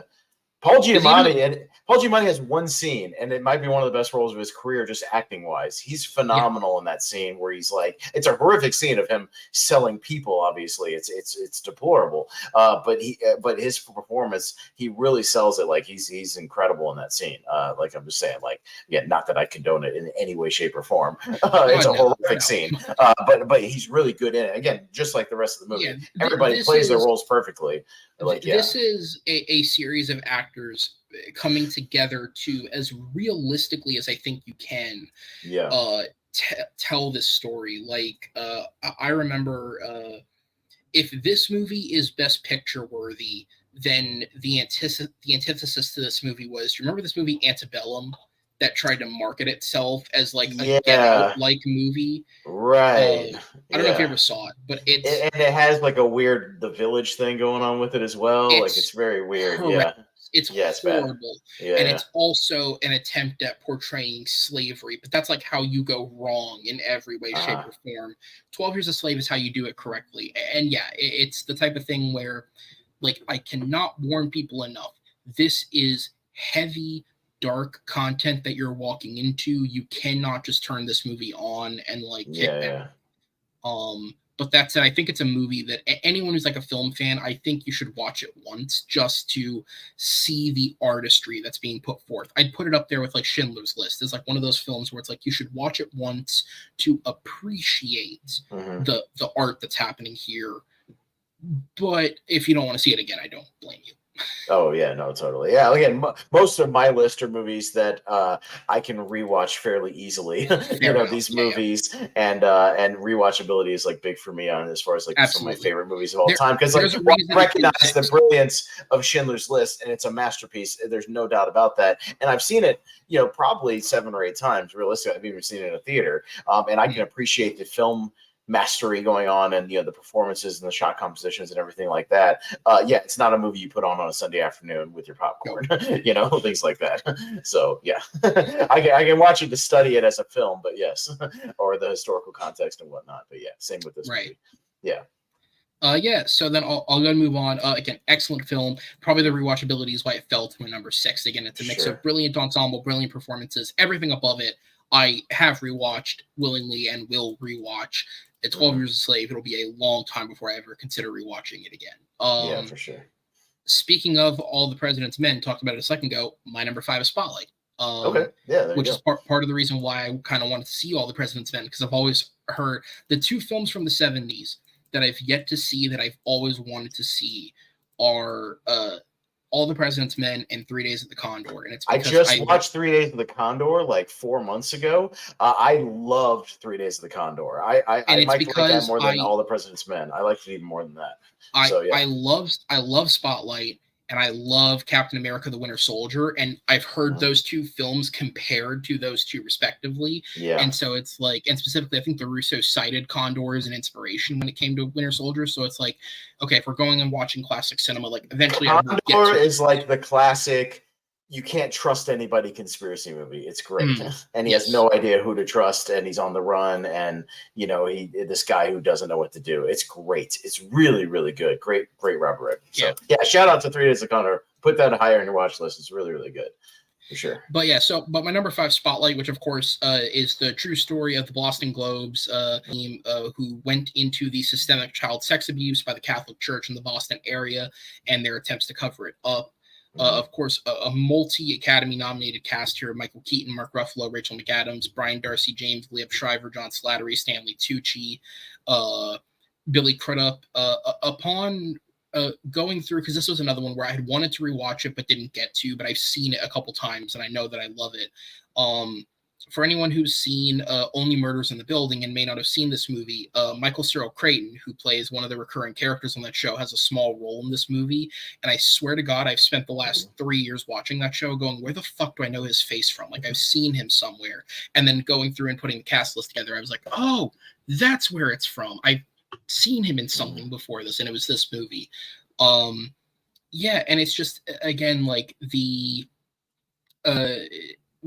screenplay is so essential to this film, because so much of it is just the dialogue and these characters contemplating what it is they're going into, and specifically Mark Ruffalo, and seeing how it destroys him on a personal level to realize how much corruption there is in something that to a lot of people at the time was like protective and something that was essential to their life, and how it was hurting people just as much as it was helping them. And it's so brilliantly portrayed. He was nominated. I don't believe he won. I think he should have won for this film, because he is really the reason to watch it. Everyone's excellent, but he's the reason to really tune in and watch it. It's one of his best performances.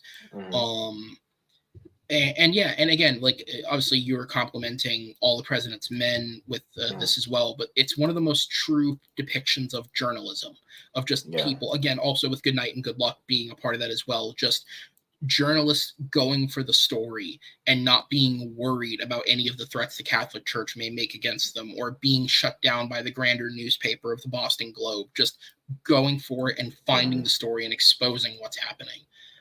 It's an excellent film. Again, not an enjoyable topic, but certainly a palatable way to approach the topic and learn more about So the issue. here's the thing. Yeah, Mark Ruffalo nominated that year in the same year that everybody almost agrees at this point Mark Rylance should not have won for Bridge of Spies.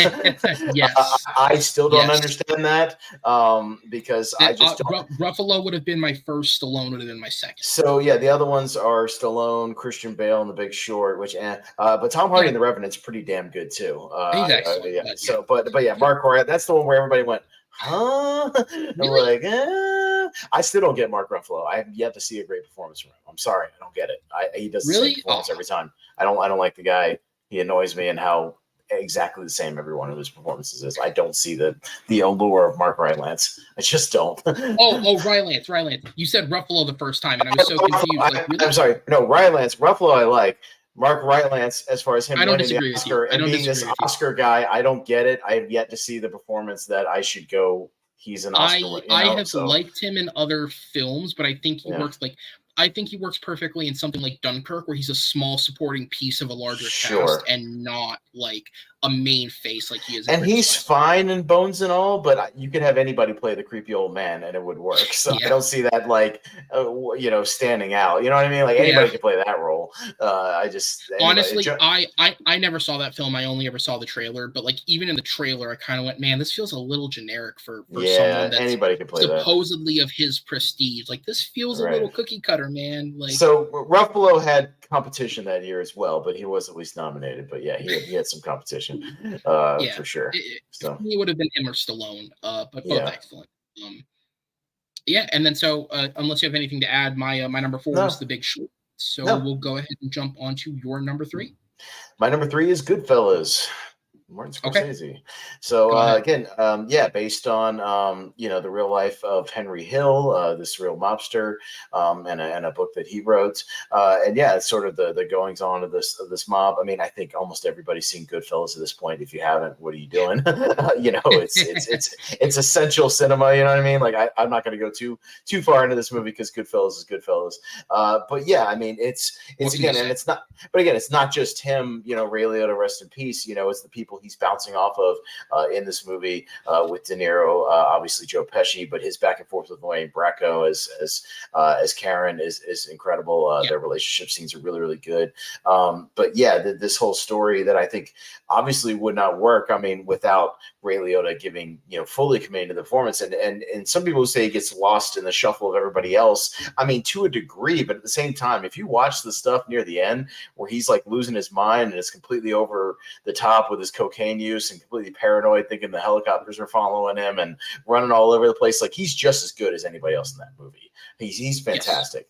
He's really, really good, especially you see the slow descent of him throughout it. But yeah, obviously that's not taking away from Pesci, who's amazing in a career, kind of defining role. De Niro's always great. But yeah, the movie just zips along with 3 hours. Scorsese's great at that. One of the prime examples being this movie. And it's incredibly rewatchable. This is one where you can jump in at any time and just kind of just roll with it, no matter where you jump in. Don't watch it on cable because that would be stupid with 250 F words in it. That's really dumb. But if you're going to watch it on streaming or Blu-ray or something to actually watch it. But yeah, I mean, I won't go into it. Goodfellas is Goodfellas. It's awesome. You can the debate rages on. What's the best mob movie of all time? Godfather versus Goodfellas. You could have that debate till the end of time, and there you will get. And I think you can poll 100 different people and get a 50-50 response. You know what I mean? Like it's right there.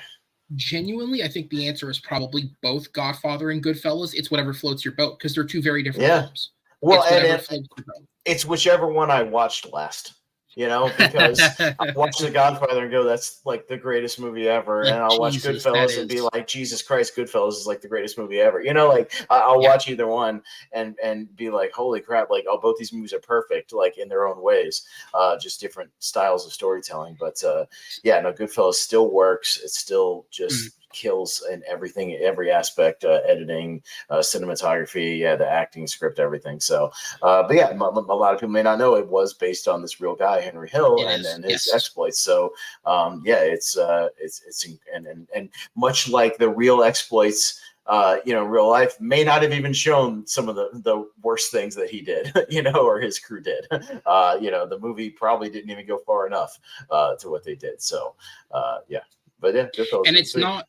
It's not the only film based on him, because there's also My Blue Heaven, isn't there? That's also sort of based on Henry Hill. Kinda, yeah, but much Goodfellas different. is probably more accurate to the and person, more accurate to the thing, because Ray Liotta actually met with Henry Hill and and tried to did do some things with him and whatnot. So much closer. It's a real vague way of putting it. Did do some things. Did do some things that you see in the movie. Some not so savory things. No, Goodfellas is excellent. Frankly, so this is one of those. Next month, and I've already announced this previously. Next month, both our episodes are director focused. We're doing Fincher and we're doing Scorsese, and I decided to limit myself to one of each because, let's be real, there's no way in hell Goodfellas is not in my top 11 for Scorsese. So I didn't want to just put two, and he's got. I mean, fuck, you could make a whole list of this topic of Scorsese films because his casts are so expansive. No, and I'm still filling in a few gaps with Scorsese, but I'm getting very, very close to completing my Scorsese filmography. I watched some other stuff like Last Temptation of Christ this year and Silence, After Hours, things like that. Silence has always been an underrated favorite of mine, but that's it's not bad. It's not bad. But that's a whole other discussion. But I'm very, very close to filming. I just had to get a couple of those stray late 60s, early 70s movies out of the way, and I'll be there. But I've seen everything else. You might see Austin sooner than later back here again. Maybe. I've talked to multiple people, and I am learning that everyone has seen the hits and not much more than that. So I've seen a lot. I would have an interesting, I think, top 11 because I would include some of those lesser known ones actually pretty highly. Now, my top ones, maybe a lot of the similar top ones that a lot of people have, but I also there's at least 2 or 3 of his older movies that are lesser known that I would definitely throw in there for sure. So my list may be different than a lot of people. That's fair. Yeah. So we'll jump into the film that I cut Goodfellas for. This is the Scorsese I chose to keep at my number 3, The Wolf of Wall Street. Punt. There we go. Figured. We've talked about this movie before, so I kind of figured. Yes. Yeah. All right. So then, what is your number 2? Social Network. Speaking of David Fincher. That is a punt. Yes. Okay, so cool. There we go. Okay, so this is all coming together. So it might be a preview for that episode, but my favorite Fincher and my favorite Scorsese. So there you go. You know what I mean? Spoiler alert for if we do get to those episodes or whatever. I don't think I'm on the Fincher one, but if I were to be on there, spoiler alert. I'll announce right now. That one will be JPO. Okay, there you go. I'll have him for that one. Well, if I was on there, Social Network would be my number 1. So there you go. It's great. But yeah, so then that'll mean so we'll go to my number 2 then, which is the punt from earlier, Oppenheimer. Yeah. This I didn't want to put it this high because it's already been very high on. Again, we've only recorded 4 of these, and one of them was films of the 2020s, and it was number 4 on that list for me. So it's already placed really high on a list. But this movie is the definition of an ensemble cast. I mean, legitimately, I sat down. So when I put together the list of actors, right, I sat down and I named, okay, in an ensemble, I would say you'd include the leads, any supporting character with a valid contribution to the film, and then at that point, just any face that people may recognize from something else, right? Yes. I came up with 33 names for Oppenheimer. Yeah, right. 33. For the joke, I'll read through it. Cillian Murphy, how is it pronounced? Is it Killian or Cillian? Cillian Murphy, I believe. Cillian? Okay, so Cillian Murphy, Emily Blunt, Matt Damon, Downey Jr., Florence Pugh, Josh Hartnett, Casey Affleck, Rami Malek, Kenneth Branagh, Benny Safdie, Jason Clarke, Dylan Arnold, Tom Conti, James D'Arcy, David Dastmalchian, Dane DeHaan, Alden Ehrenreich, Tony Goldwyn, Jefferson Hall, David Krumholtz, Matthew Modine, Scott Grimes, Macon Blair, Matthias Schweighöfer, Alex Wolff, Michael Angarano, Josh Peck, Jack Quaid, Gustav Skarsgård, Devin Bostwick, Olivia Thirlby, James Remar, and Gary Oldman. Yeah. And two of those who I didn't know were in the movie until I saw the movie, and being James Remar and Gary Oldman until I saw it. Yeah, I only knew about Oldman because I'd heard he showed up on set for a day. And I love James Remar. He's one of my favorite character actors, and he shows up as the Secretary of Defense in that one scene. Yes. And I was like, "Oh shit, it's James Remar. He's in this movie too. Awesome! I love him. Like, it's great. If you don't know who he is, he's Dexter's dad on Dexter. He was in The Warriors. He's been in a million movies. You would recognize him if you saw him. He's been in absolutely. Yeah. It was one of those where, like, I saw his face and immediately I was like, fuck, what's his name? And then I was reading the credits, James Remar. Yep, that's absolutely it. Definitely. Yeah. But yeah, man, like, this movie, I mean, we actually have had this conversation, right? Where like you could legitimately develop a best supporting actor category for this film with Yes. like the non-obvious actors, because Alden Ehrenreich is excellent. David Krumholtz, he won't, but I still genuinely believe he could get the Jason nomination. Clarke is awesome and is not getting the Clarke. recognition for being phenomenal as that sort of prosecutor guy in those scenes. He is incredible in Dane those DeHaan scenes. is Yes. excellent in his small part in it. Dane DeHaan's great. Hartnett's great in his scenes where he's in there. Like Hartnett's good. Yeah. Hartnett is excellent in this movie. Casey Affleck is fucking chilling as that general.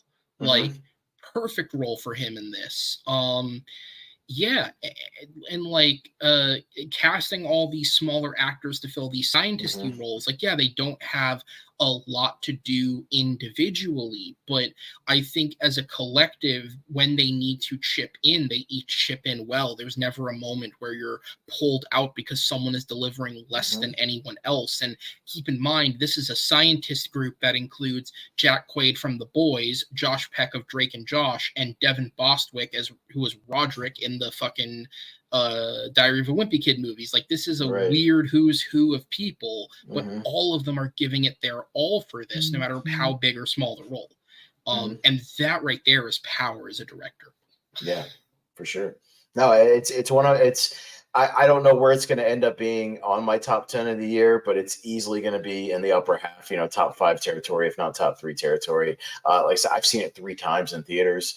So I caught it once opening weekend, with the Barbenheimers. Me and my dad actually went down. I know a movie's interesting or has some stuff behind it if my dad wants to see it. That's also how I judge things. Because my dad specifically, once he started seeing the trailers, was like, yeah, we're seeing Oppenheimer together, right? Like, you're taking me with you. And I was like, yes, I'll take you with me. Or that he's a historical buff anyway. So yeah. He loves that. So we went an hour away to the closest IMAX, which was an hour down in Greenville, and saw it in IMAX down there. There was another one where I went to go see something else, and it was like 6:00, and I was like, you know what? I'm not doing anything else tonight. Let me duck in and go watch Oppenheimer. And I had the Regal Unlimited, so like I just added it to my thing or whatever. But yeah, like let me just jump in on a whim and go watch a 3-hour movie again. So I went and watched Oppenheimer again, and then it came to a smaller theater, kind of nearby, sort of in its final week or two of theatrical, and went and saw it again. So yeah, I've seen it 3 times.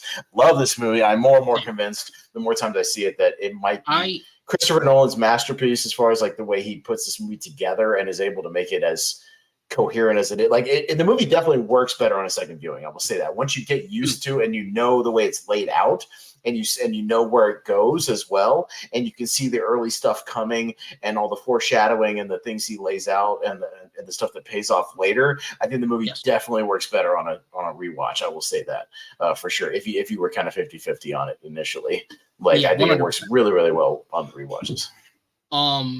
Yeah, I think so. I've seen it 2 of the times I saw it. I've also seen it 3 times. 2 of the times I saw it.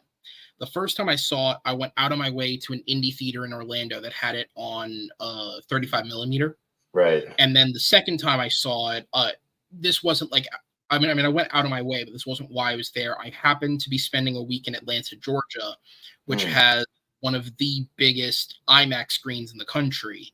And they had a 70 millimeter projector there to play it. And I was like, well, I'm only 30 minutes away. How the fuck can I not take an afternoon and go? And here's how engaging this film is. Because tickets were, going quick for a very exclusive way to see this film, I had to go to a showing that was at 11:30 at night, I think it was. Oh, wow.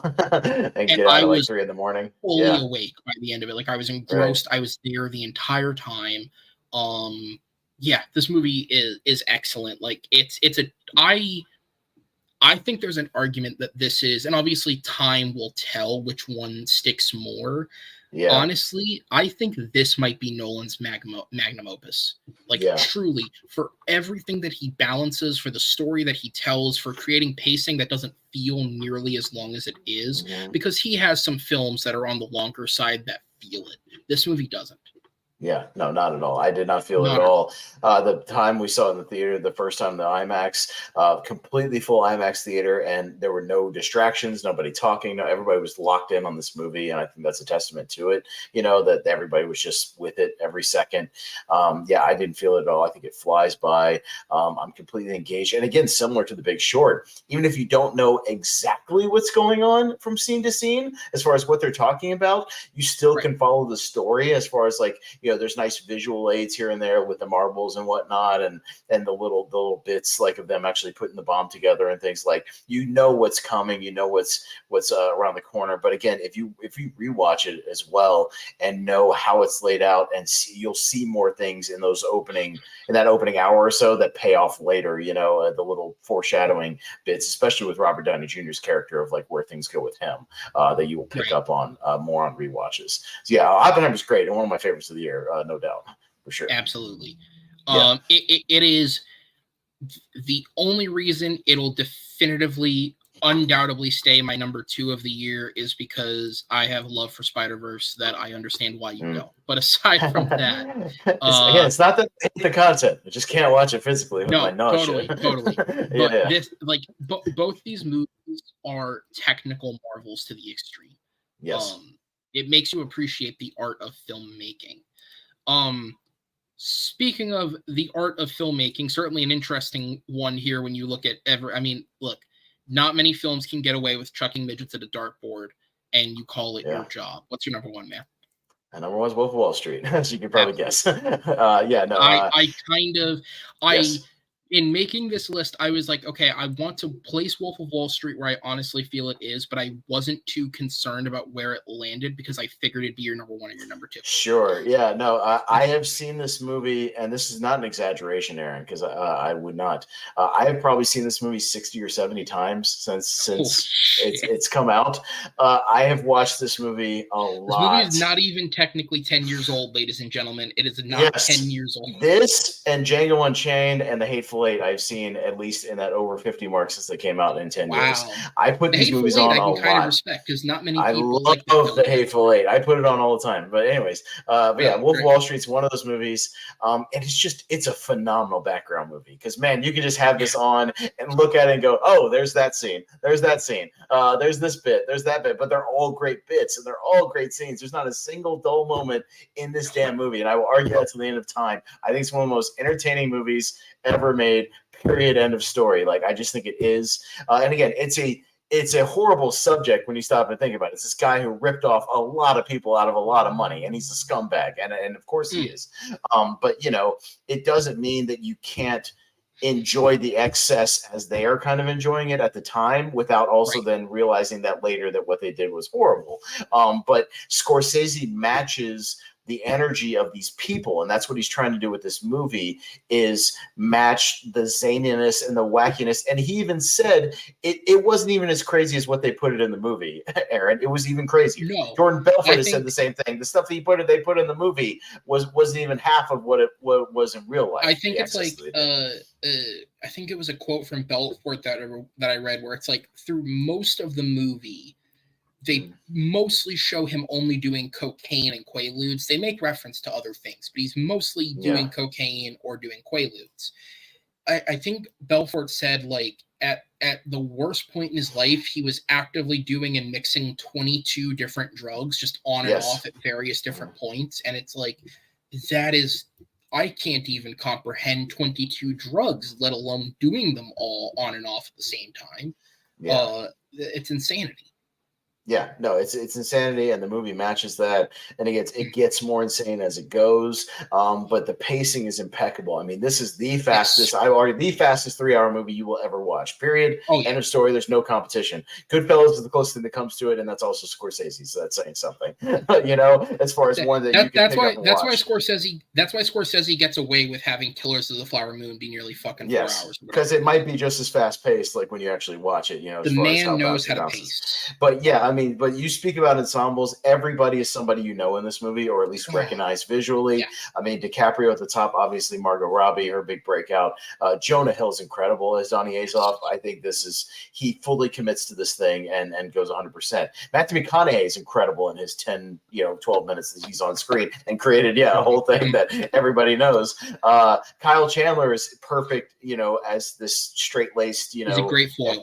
FBI agent. Yeah, I mean, Rob Reiner being, crazy in his scenes, John Bernthal, PJ Byrne. Yeah. Rob Reiner might have the funniest line delivery of anyone in this film, just with the $26,000 on fucking sides. What are the sides cure cancer? T&E. How could anybody interrupt me during the fucking Equalizer on a Tuesday night? Yeah, no, it's great. I could quote this movie front to back, start to finish. It's so good. Other one from that scene? What kind of strip club? Or was it strip club or hooker? What kind of prostitute accepts credit cards? A rich credit one. Cards. That's it. Yeah. It's so good. It's really funny. Yeah. And then all the people in smaller roles, like Jon Favreau's in this briefly. Kristen Milioti, the mother from How I Met Your Mother, is in this briefly. Yeah. Shea Wiggum has a brief appearance. Sean Desjardins from The Artist as the Swiss banker guy. He's Spike good. Jones. Yeah, Spike Jones is showing up. Explaining the pink second. slips and the pink sheets. Yeah. I mean, again, everybody you see, even if they pop up for one scene, two scenes, are great. And it's all the girl who's in The Boys right now playing the Nazi superhero chick. What's her name? Is like Jordan's secretary in the movie that comes in and tells him to lick my twat and all that kind of stuff. That's her. Okay. That now, what's her name from The Boys? The superhero chick, whatever. But yeah, I've seen her face, but I don't know the show. Yeah, but she's in this. She's that chick in the movie that pops up here and there. Okay. You want a job? You come to me. That chick. I was gonna say, like, even all the guys that play their associates, right? Like Ethan Suplee's in it. Kenneth Choi's been in a couple of the MCU films. PJ Byrne is very recognizable. You recognize him. He was in Horrible Bosses and other things. So I was gonna say the thing I recognized from him this time around was his voice. He's in one of the Avatar shows. Like his voice was what I picked up on. I was like, I've heard that before. And I go Google it. Like, oh, okay. Yeah. So, but yeah, I mean, what's to say about Wall Street? Oh, my quick story about this and Saving Mr. Banks. The night we were going to go see Saving Mr. Banks, me and my parents actually, and my ex, who was my girlfriend at the time. So we go to see Saving Mr. Banks. It's sold out. And we wanted to see that, and it's sold out. They stupidly, it's a theater I used to work at. They stupidly put it in a very small theater that only held like 100 people, and it should have been in a much bigger one. But yeah, so sell out. We get there, it's sold out. And so we go, all right, what are we going to see instead? Well, there's this Scorsese movie with DiCaprio, Wolf of Wall Street. I guess we'll go watch that. Talk about one of the most awkward 3 hours of my entire life, because the movie literally opens with him getting roadhead in a Ferrari, and then about 2 minutes later, him doing coke out of a hooker's asshole. So, this is all within and not to mention, my mom hates movies with excess cursing, and then we watched the movie that literally set the record for a narrative feature with like 500 something F-bombs in it, which was insane. So it was a very awkward experience. I was maybe the youngest person in the theater, as well as a lot of older people, and I was laughing my ass off. I had a great time with the movie, but yeah, it made for a very weird but memorable theatrical experience. I love, like, more than anything, I think I love having awkward experiences at a movie theater, just because it creates this sense of like, man, no matter what it is, there's an experience to be had here. I think my favorite is, I've had two different instances. Both of them are a long time ago, but I've had two different instances where a theater cleared out before the movie was over. The first was, it was a smaller theater, to be fair, but when I saw Interstellar, I would say between individual people and groups, there was 10 total parties in the theater. And by the end of the movie, it was just me and one other guy. And like audibly, once we got to like the bookshelf of love, there was like a family that walked out, like two little kids, and the dad just goes, "Fuck this," and walked out. I had the same walkout experience. I was the last man standing by the end of the movie with another 2014 movie, movie I still don't like, Inherent Vice, the Paul Thomas Anderson movie, movie that I hate to this day. I think it's horrible. But anyways, I have like 7 minutes left before I got to be on Rankum, so we got to wrap this up. No, you're good. You're good. Yeah. So, but we'll get to the number one, which was my number two. So I mean, this would be easy. Right. Yeah. The Social Network is Uh-huh. sorry about that. I forgot. I forgot what time it was. No, you're good. We got time to do this and wrap it up. We're fine. We'll be all right. The Social Network. Look, it is. To me, here's what I'll say about the Social Network, right? Because everybody said everything there is to say. Eisenberg, great. This is easily Timberlake's best performance. It's Armie Hammer's best performance. Garfield should have been nominated at the minimum for an Oscar. There might be an argument he should have won. I'd have to look at the list. But to me, the thing that always stood out watching this is Garfield's girlfriend in this is played by Brenda Song, who at the time she shot and released this movie was still on a Disney Channel show. A show that I watched growing up, and if you don't know that fact, her performance in this is to the level of everyone else, and that's where this movie is at with its cast. Everyone is on their A game in this, no matter where they come from. Even my sister walked through when I rewatched it for this. She walked through the room and went, "Holy shit, is that Ann Perkins?" during one of the courtroom scenes because Rashida Jones is in there. Like, it's such a great cast. Rooney Mara in the opening, Rooney Mara, Dakota Johnson sleeping with Timberlake in that one scene. The other guy, Dustin Motzkowitz, is Joseph Mazzello, who was the kid from Jurassic Park. Yep. But then has made a career out of being like the third guy in all of these different movies. Like he's in Bohemian Rhapsody, and he's in a few others like that, where he's like one of the background members of something. Yeah, man. I mean, look, obviously I wish we had more time to talk about it, but also it's the Social Network. What more can I say? No, and this is another movie. While not quite as many times as Wolf of Wall Street and Hateful Eight, I've probably watched this movie 30 or 40 times. This is another just great, like, breezy movie I put on a lot just to watch and just to have on in the background because it's so quick. The dialogue's so snappy. It just moves. Sorkin's, he's the man, and he jumps you right in. He doesn't treat you like an idiot. You jump into that opening scene, and then he makes you catch up to with what's going on and makes you pay attention. And I think just the expectations going into this movie where we were like, it's the Facebook movie. Like, is this going to be any good? And it's so much more than that, than just like a Facebook movie. But yeah, the way, again, he bounces back and forth between the time periods, like flashbacks of like, the corresponding stuff with the depositions and whatnot, and bouncing back to the actual events. No, you never get lost. You follow along. You know exactly where everybody is at all the time, and you really get invested in all these characters. And again, it's not about Facebook. It's about the breakdown of a friendship, and the breakdown of these people. And that's what's great about it. So yeah, no, fully agree. Best performances of almost everybody involved to this day. You could argue, both Eisenberg, Garfield and Armie Hammer, for sure. Like almost all their best performances to this day. And I remember a few years ago, I remember having a discussion with somebody where they said, like, because obviously all the court stuff happened with Zuckerberg, and it was like, did they make this movie almost too soon? Like, was it too soon to make it? But I feel like because they made it so early, it's almost aged beautifully, even down to the final line of the film from Rashida Jones. You're not an asshole, Mark, but you're trying really hard to be. Yeah. And it's like, yeah, that kind of is how that's and hey, at least 13 years later, Facebook still exists, unlike when you watch Funny People and they go to a MySpace convention to do a stand-up show. And that is aged very poorly. So they at least picked the right one to focus on that's still around. Wouldn't be the last thing in an Apatow film that's aged badly. Right. With that said, let's put this list together before we get out of here. All right. So keeping track, we only had 4 films crossover. So using kind of the logistics here, Social Network is my 1, your 2. Wolf of Wall Street was my 3. So that would mean Social Network goes to 1. And then Wolf of Wall Street, at number 2. And then Wolf will go to 2. And then the only other 2 films we had on crossover were Oppenheimer and The Big Short. So Oppenheimer's my 2, your 9. The Big Short is my 4, your 7.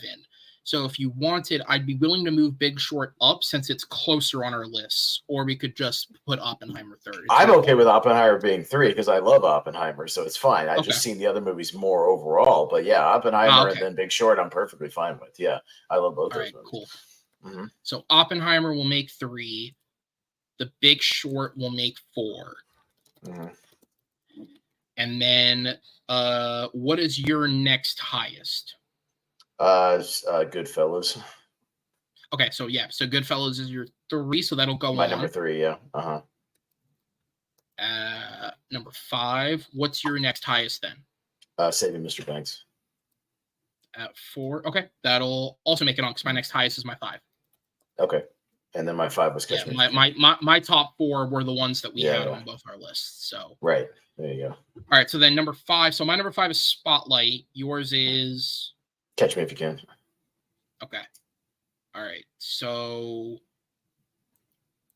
let me see.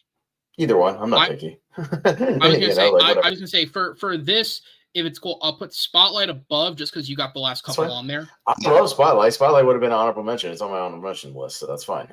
Yeah. All right. So we'll do Spotlight, and then Catch Me If You Can, of course, is worthy here. So then it would be our number 6s, right? So what's your number 6? I, Tonya. All right. Mine is 12 Years a Slave. Okay. Cool. Good movie. So, and then, all right. So the next one then would be your number 7 after that, right? Which is my number 7 was The Big Short. Yes. Okay. So since my number 7 will get on there at 11, I'll give you, especially because it's one I didn't even consider because I wrote it off early. I'll give you I, Tonya. Mm-hmm. So we'll go I, Tonya at 9. We'll do 12 Years a Slave at 10. Mm-hmm. And then that's 11. All right. So if you want to give me the countdown, I'll read off the official list here. These are the top 11 films or the top 11 ensemble biopics. Number 11. The Dirty Dozen. Number 10. 12 Years a Slave. Number 9. I, Tonya. Number 8. Catch Me If You Can. Hey, number 7. Spotlight. And number 6. Saving Mr. Banks. Into the top 5 with number 5. Goodfellas. And number 4. The Big Short. Top 3 should be start with Oppenheimer. Yay. Number 2. The Wolf of Wall Street. And number 1. The Social Network. Hey, it's a sexy list. I like it. I like all those movies.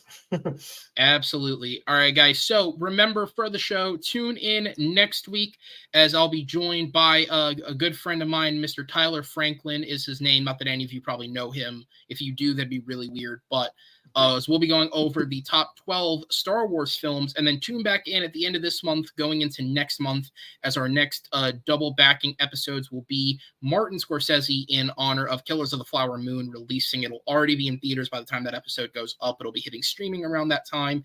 And then the first week of November, we will have David Fincher, who is currently evenly at 11 films. He has The Killer, his 12th film, coming out in November. So we'll be doing the top 11 David Fincher films as well. Austin, I want to thank you for joining me here again, sir. Appreciate you coming on filling in till we get our co-host back. It was great to do the show with you. Certainly a great expansive list, and I hope everybody checks out all of these great options if you haven't seen them, because most of them are available on streaming, so you'll be able to find them pretty easily. But with that said, for my co-host Austin, he's on this side. For my co-host Austin, my name is Aaron Knoll. We will see you on the next episode. Take care, everybody. And if you did watch this live, go tune in to Rank 'em. Follow over to our good friend Malcolm and watch Austin again. See ya. Yeah.